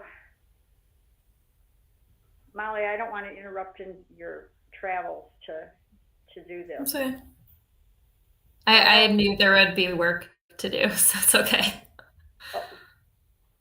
If the council's okay, why don't I work with Aaron and Molly and kind of try to ferret out some of these pieces and see where we are on Tuesday, and hopefully some of these questions can be cleared up. I think one overriding thing is we've got an awful lot of projects going right now, and I'm concerned about the staying power of all of us to keep doing one more project, and this is big. Mm-hmm. So I certainly would like reassurance from the committee members if we write a resolution and appoint these committee members that we're going to have full hands on deck for this, because I can't take on another $200,000 project. Mm-hmm. So I am totally committed. I've been working on it for quite a while. And as you know, I've been in town here running the lodge for 34 years and married 39 years. And so when I am doing something, I will focus on it and see it to completion. And there's also part of the grant, you put in a 10%, they call it de minimis, like on a dividend bail distribution or something, is a de minimis amount, that 10% for covering your office expenses. So when we send this to the accountant, or if it's too much for like in-house, if we have too many projects and want to do an accountant, we can use it for that kind of expense. But 10% of the grant is for office work and different things that we need to hire out. But I am committed to helping that. I had offered before to do the accounting on the school project, and then it was decided that Linda would rather do it than have me in there. So offer still stands. If that's a help, I'm certainly happy to do that. You're muted, Linda. I need to speak to that. I researched it. Only one person can input into the accounting system. That's in terms of the state, our auditors, everything else. So it's nothing to do with you or any other person, but is a question that comes up 3 or 4 times every single day. So it would have to come receipts and that kind of things comes into our accounting system and goes out through our accounting system. So please don't think it's anything to do with you. It is not. Okay, but I don't want you to feel like this is the little straw that breaks the accounter's, abilities, that we would have some money to put it to the accountant if it just has become too much. That let's not have that little detail stop a bigger picture project. I agree with Luann on this. You can have a separate accounting and upload it into the accounting system. It can be approved by you, but we could use someone to help keep track of these expenses in this grant. I don't think this is a breaker at all, a deal breaker at all. Uploading, as long as everything is legit, you're right, one person can upload just like one person can input. Yeah, this isn't a problem. I'm not sure why you guys are making this a problem. But you just said that 10% of the entire grant goes to administrative supplies and things. I wasn't super clear on that. I'd need to look up my notes. Maybe you remember, Molly, but it was in one of the trainings that they said. It's just assuming that there are some expenses that don't fall into specific categories, that like staplers or paper or printing, or it just assumes that there's some administrative costs and you can capture that under a specific line item. Well, so let's work at all of our answers as best as possible for Tuesday, because that's when we'd have to vote anyway. We can't vote today. And I think what I'm hearing is we can clear up some of these questions and have a budget, get a resolution appointing the committee members. We need that anyway. So Molly, maybe you and Aaron and I can go back and forth and try to find a time to meet that works for you and Aaron. Aaron? I just wanted to ask, I did get the email eventually with the attachments. There was some trouble opening the PDF, but all of the PDF attachments that weren't the PowerPoint did not have any values entered. Is that correct? Were you just sending over the template? No, I was just sending over and I can send it again. I'm not sure why I didn't. I can no, it was just to show you that this is the information required, like the federal ID number, to give you an idea of those 4 forms that have to be submitted with the budget, because I'll probably have to sit down and go over that with you. I see. Okay, excellent. I just wanted to make sure I wasn't missing any data that was already supposed to be in there, but that's helpful. Thank you for the clarification. Okay. Any other questions for Molly or Lou or Jim? So Anne, just to be clear, the next steps are setting up a time with you and Aaron to look over the paperwork. And then I think so that everyone's not putting unnecessary work into this, the conversation with UDOT is on Friday. With UDOT? Mm-hmm. Yeah. Okay. And so just being clear, I don't think we'll have time unless they offer to make the full match to get the partners that we would need for the matching donation. I think there are, well, let's take it one step at a time. Okay. Yeah. Let's just do the best we can do in the time frame we've got. Right. And the only other option would be for the town to fund the 40, assuming that that's cheaper than funding a whole planner without the grant. Correct.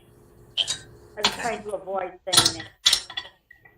Okay. Well, that's Sorry. what we collect taxes for. I'm just trying to be as clear as possible. Yeah, but we do. But I think, we do collect a lot of taxes to, for projects that our specific town wants. And so if we can put in 40, or we'll find out how much a planner costs. That's something we can ask you that. But it could be that this is our cheapest way out, is to put in 40 and get the whole plan done. And if that's the case, then show me that and I'll vote for that. I'm just looking for some proof of what you're doing. And my vision was not a regional vision. It was a town vision. It was all our trails and everything in town. So convince me differently. Okay, will do. Okay, so let's shut this discussion down and take 5 minutes and then come back and try to move through these others pretty quickly. All right. So and I'm taking the pause because I've got to change the batteries in the recorders. Thanks a lot, Molly. Thanks, Molly. Thank you, Molly. Thank you. Thanks, Yeah. Ann. Thanks, Aaron. Thanks, everybody. Thanks, Linda, Thank you, Mike. Brant. Thanks, Okay. Luann. Bye. Let's take 5 minutes. I'm pausing this.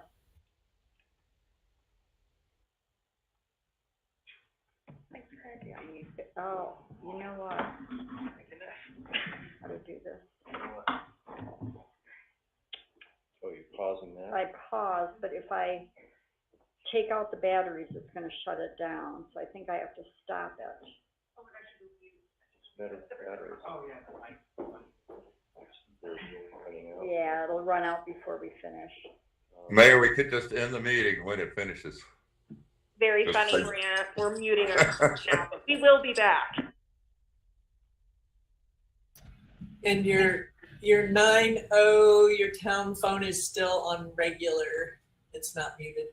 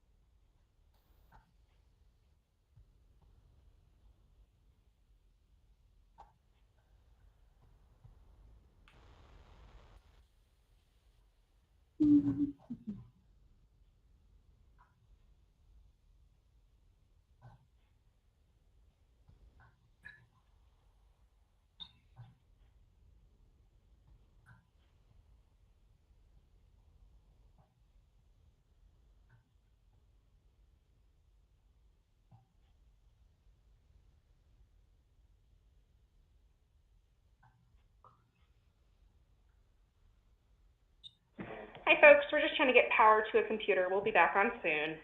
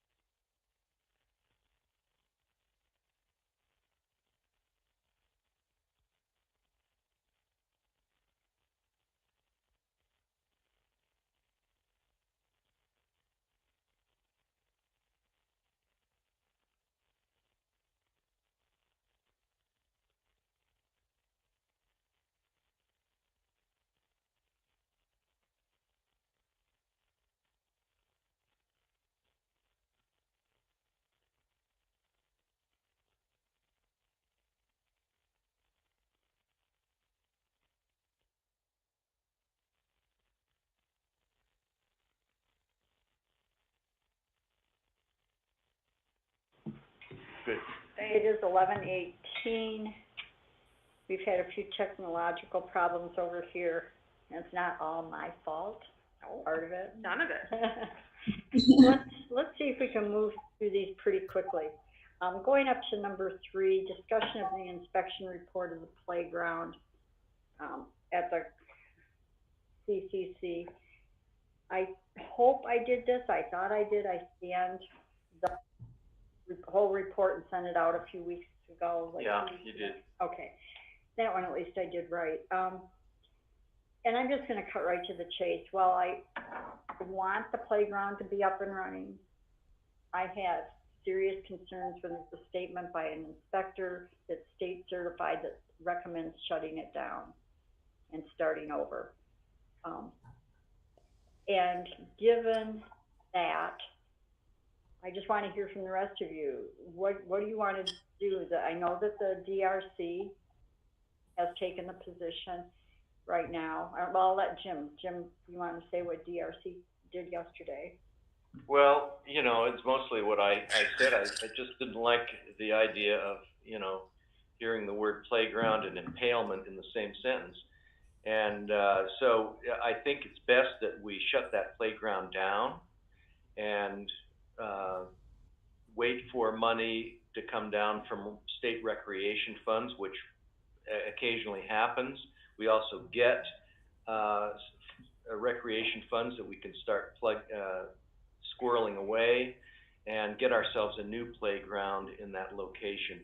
That playground is obsolete and it's dangerous, and I think that all the corrections that are in that lengthy report, and there are lots of corrections that have to be made, I think by the time we get around to finding somebody that'll do it all and then overseeing the work that needs to be done to make it a second-rate playground, I think we're better off just to shut it down. We do have a playground in town, and I think that was the consensus of the, as far as I can tell, of the DRC. Woody was in on that meeting, and he said, if we take it out, UDB would like to get it and give it to their welders or whatever and tune it up and put it someplace, I guess. But I just think that it's better to not take the risk. Mayor, I'll speak if I may. Go ahead. I like the look of the playground. It's an older playground rather than a newer playground. And with a major remodeling coming up in that area in the next year or so, I would like to try to have a welder go in and make some well repairs, look at it individually. And I think there's expertise, on the nation for a welder to come in and spend a little time there. So I'll just throw that out as another option, to use it, repair it, re-inspect it, and use it until we remodel the facility. I would also add that it's kind of a cool looking vintage sort of town playground look. It's what you would see in these little highway towns. But, the school, you've heard me say this about the inside of the school too. All the kids were playing on it. They've been over there using it for years and years. Kids always fall off of stuff and whatnot, but it would be cool if it could be left there and repaired. If it cannot, then I support the idea if UDB wants it. Also, the mission has expressed interest that they would like to move it out there if the town isn't going to keep it. So that would at least keep it in the community. It was suggested that possibly the AmeriCorps kids could take it apart, take it off the town property, take it away, and then on our part of it, and then put it back up on their part of it. They'd be here this fall if that gets through. But I hate to see it just wasted, because it is a cool old playground. I know the slide was one of the first things they wanted gone, but that's where the line would start, was to go down the slide. So that's my input. This is Jen. As sitting on the playground committee, can I just make a statement here? Okay. Work session. That's all right. Thank you, Jen. Yep. Linda, what were you going to say? Oh, no, go ahead. So one easy way to resolve this is I send this report to our insurer neutrally without any comment and say, give us an opinion. I'll tell you right now, as an attorney, I'm looking at this thinking, wow, we know the liability now, and which of you wants your 2-year-old impaled on this equipment? I don't want it on me at all. But I'll go with what the insurer says.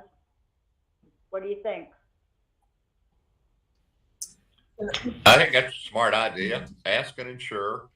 I do think, as detailed as the report was, that we can move some stuff out and provide some other stuff that we are sure is safe. The wells are weldable, re-weldable. The bolts are replaceable. So that's kind of, I'll advocate for keeping that thing, repairing it, and re-inspecting it until we remodel.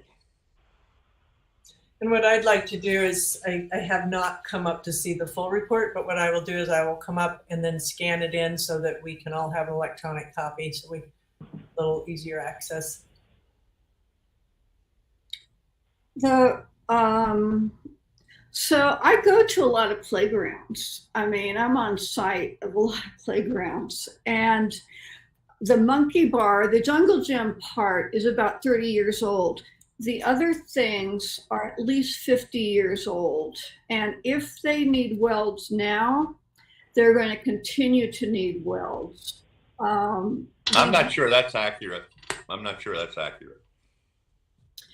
So we do have a playground, and actually we don't have a lot of kids that use it. So we, the town kids and a few kids from across use it. And so we have one that's safe for toddlers. It's got steps instead of a ladder. And I'm with Jim. It should be removed. I mean, if something did happen and we went to our took us to court, we have a report that says it's unsafe. It's just doesn't. I'm just for removing it. Well, since we're not going to vote anyway, and we know that DRC committee is recommending from their side that we do something with it, let's get an opinion from the insurer and see what the insurer has to say. And then that'll probably take, hopefully past next meeting. I don't want to keep adding to next week's meeting. Lou? It could, yeah, I just was going to say that in that request from the insurance, it seems like there might be some sort of signage or something that would make them be okay with it. They said older than 5 was a sign we need. That was one of the requirements out of that report. Older than 5, to use that one. So, Linda's right. We have a small toddler playground at the community center. This is a little bit bigger kids' playground, and I'd like to try to preserve it if we can. And when you get to the 50 years and older, you're getting into historic. Hey, I'm 69. And I'm, Well, it's historic. Exactly. Nothing wrong with 50. And I see something that says there are several entanglement and impalement hazards. Every red flag goes up. But are they not repairable? Some of them are not. And the reason is, and that's why I suggested everybody look at the book, which is in the office. And Lou, if you want, I can take the time to scan it and send it out so you don't have to come up. The railroad ties need to be removed. The railroad ties are not repairable. They're dangerous. They're right. dangerous.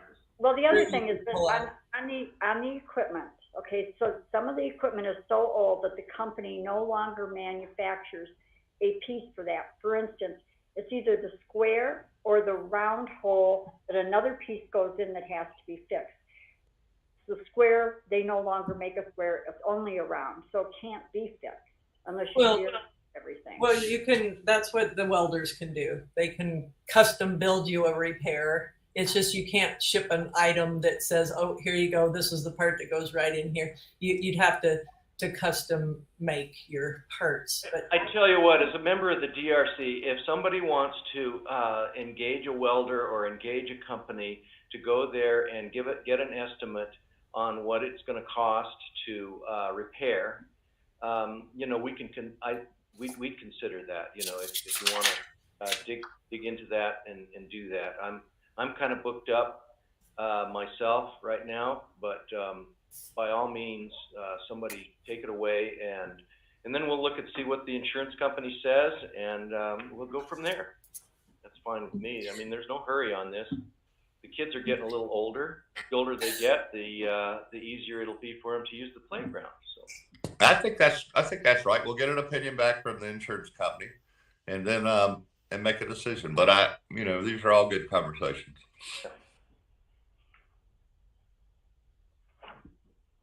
Okay, so I will send a full copy of this to, it's probably risk management, and ask them to give us an opinion. But I can tell you right now, I will not move off this position, period. End of discussion for me. But I'll send it off and get an opinion from the insurer. So, and I like to be outvoted. So just working, I don't mind being outvoted, but I know where I'm going with this. I'm going to try to outvote you, Mayor. Just to let you know. I like that. Let's move then to number 4. The Bluff Airport and the lease between San Juan County and now the town of Bluff and Glen Gurney.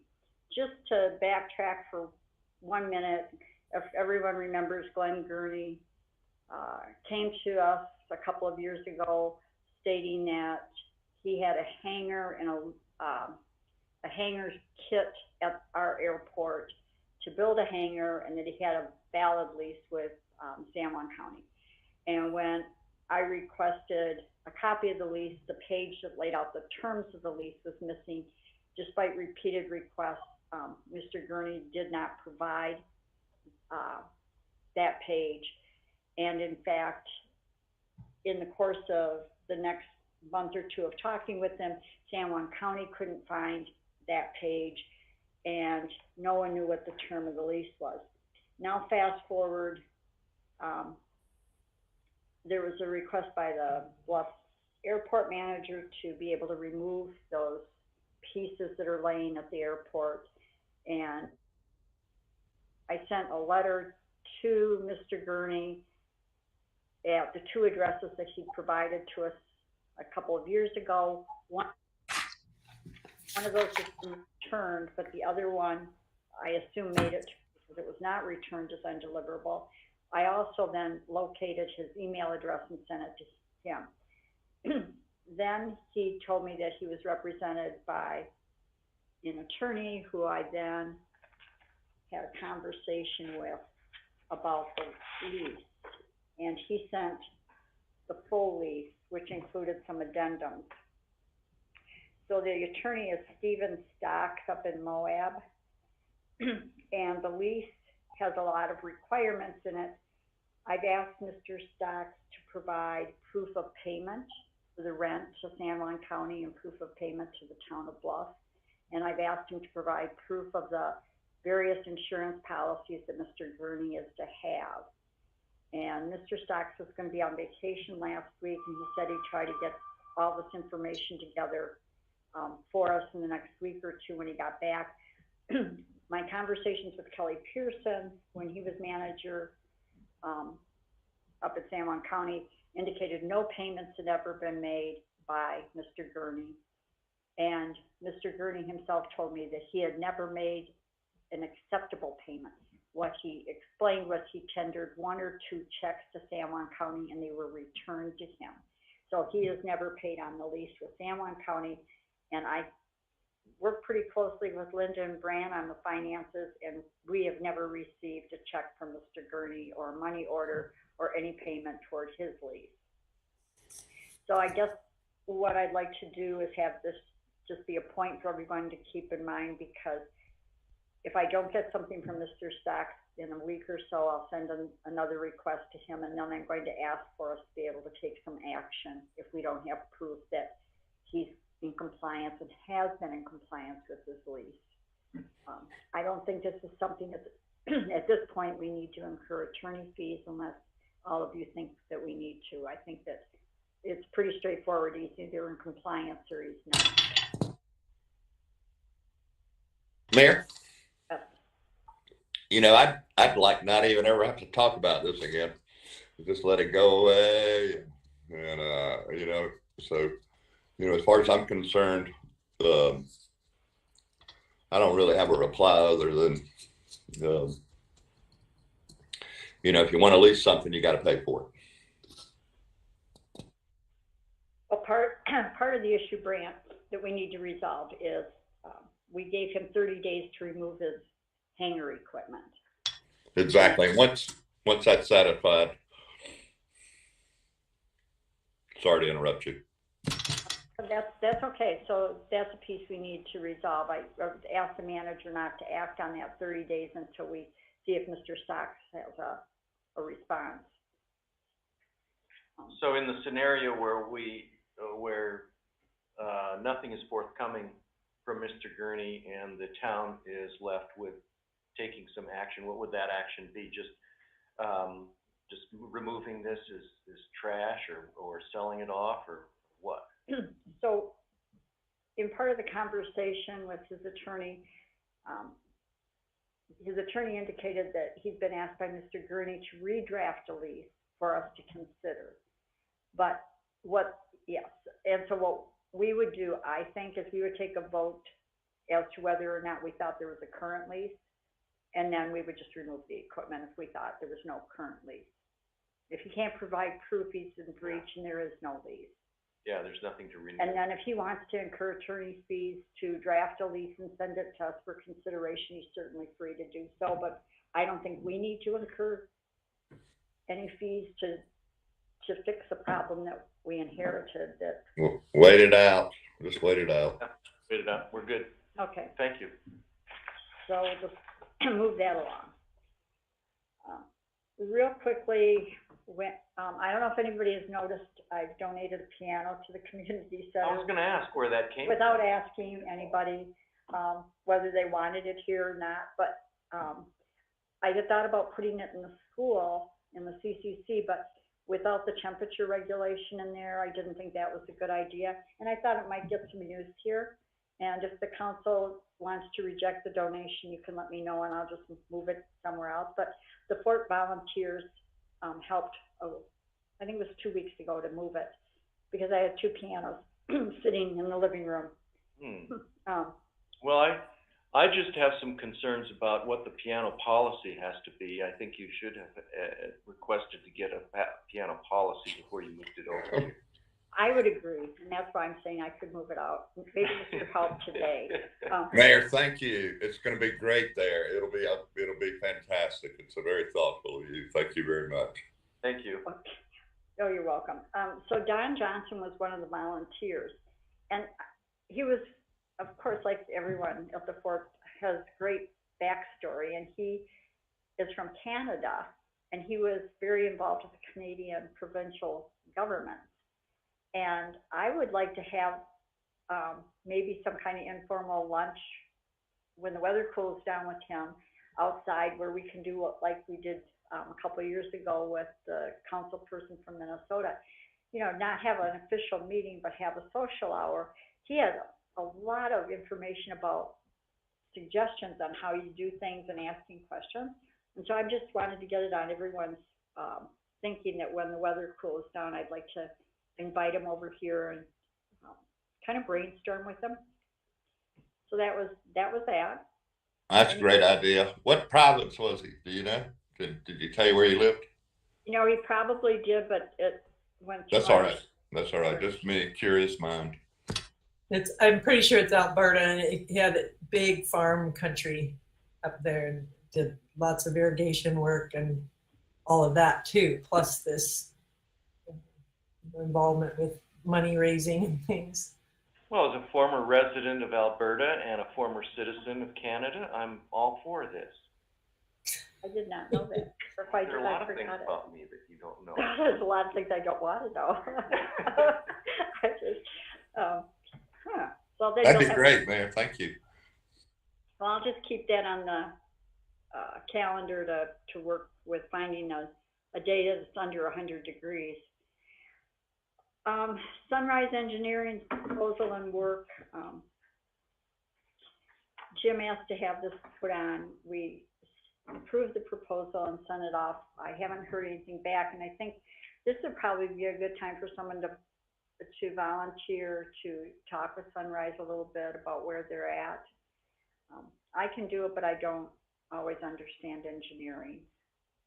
I can call Ken Tuttle and ask specifically about what he would be doing. He sent us a pretty detailed letter, and I didn't bring it along, but it's out there somewhere, and I can bring it to the next meeting easily and circulate it very easily, or send it out to people, resend it.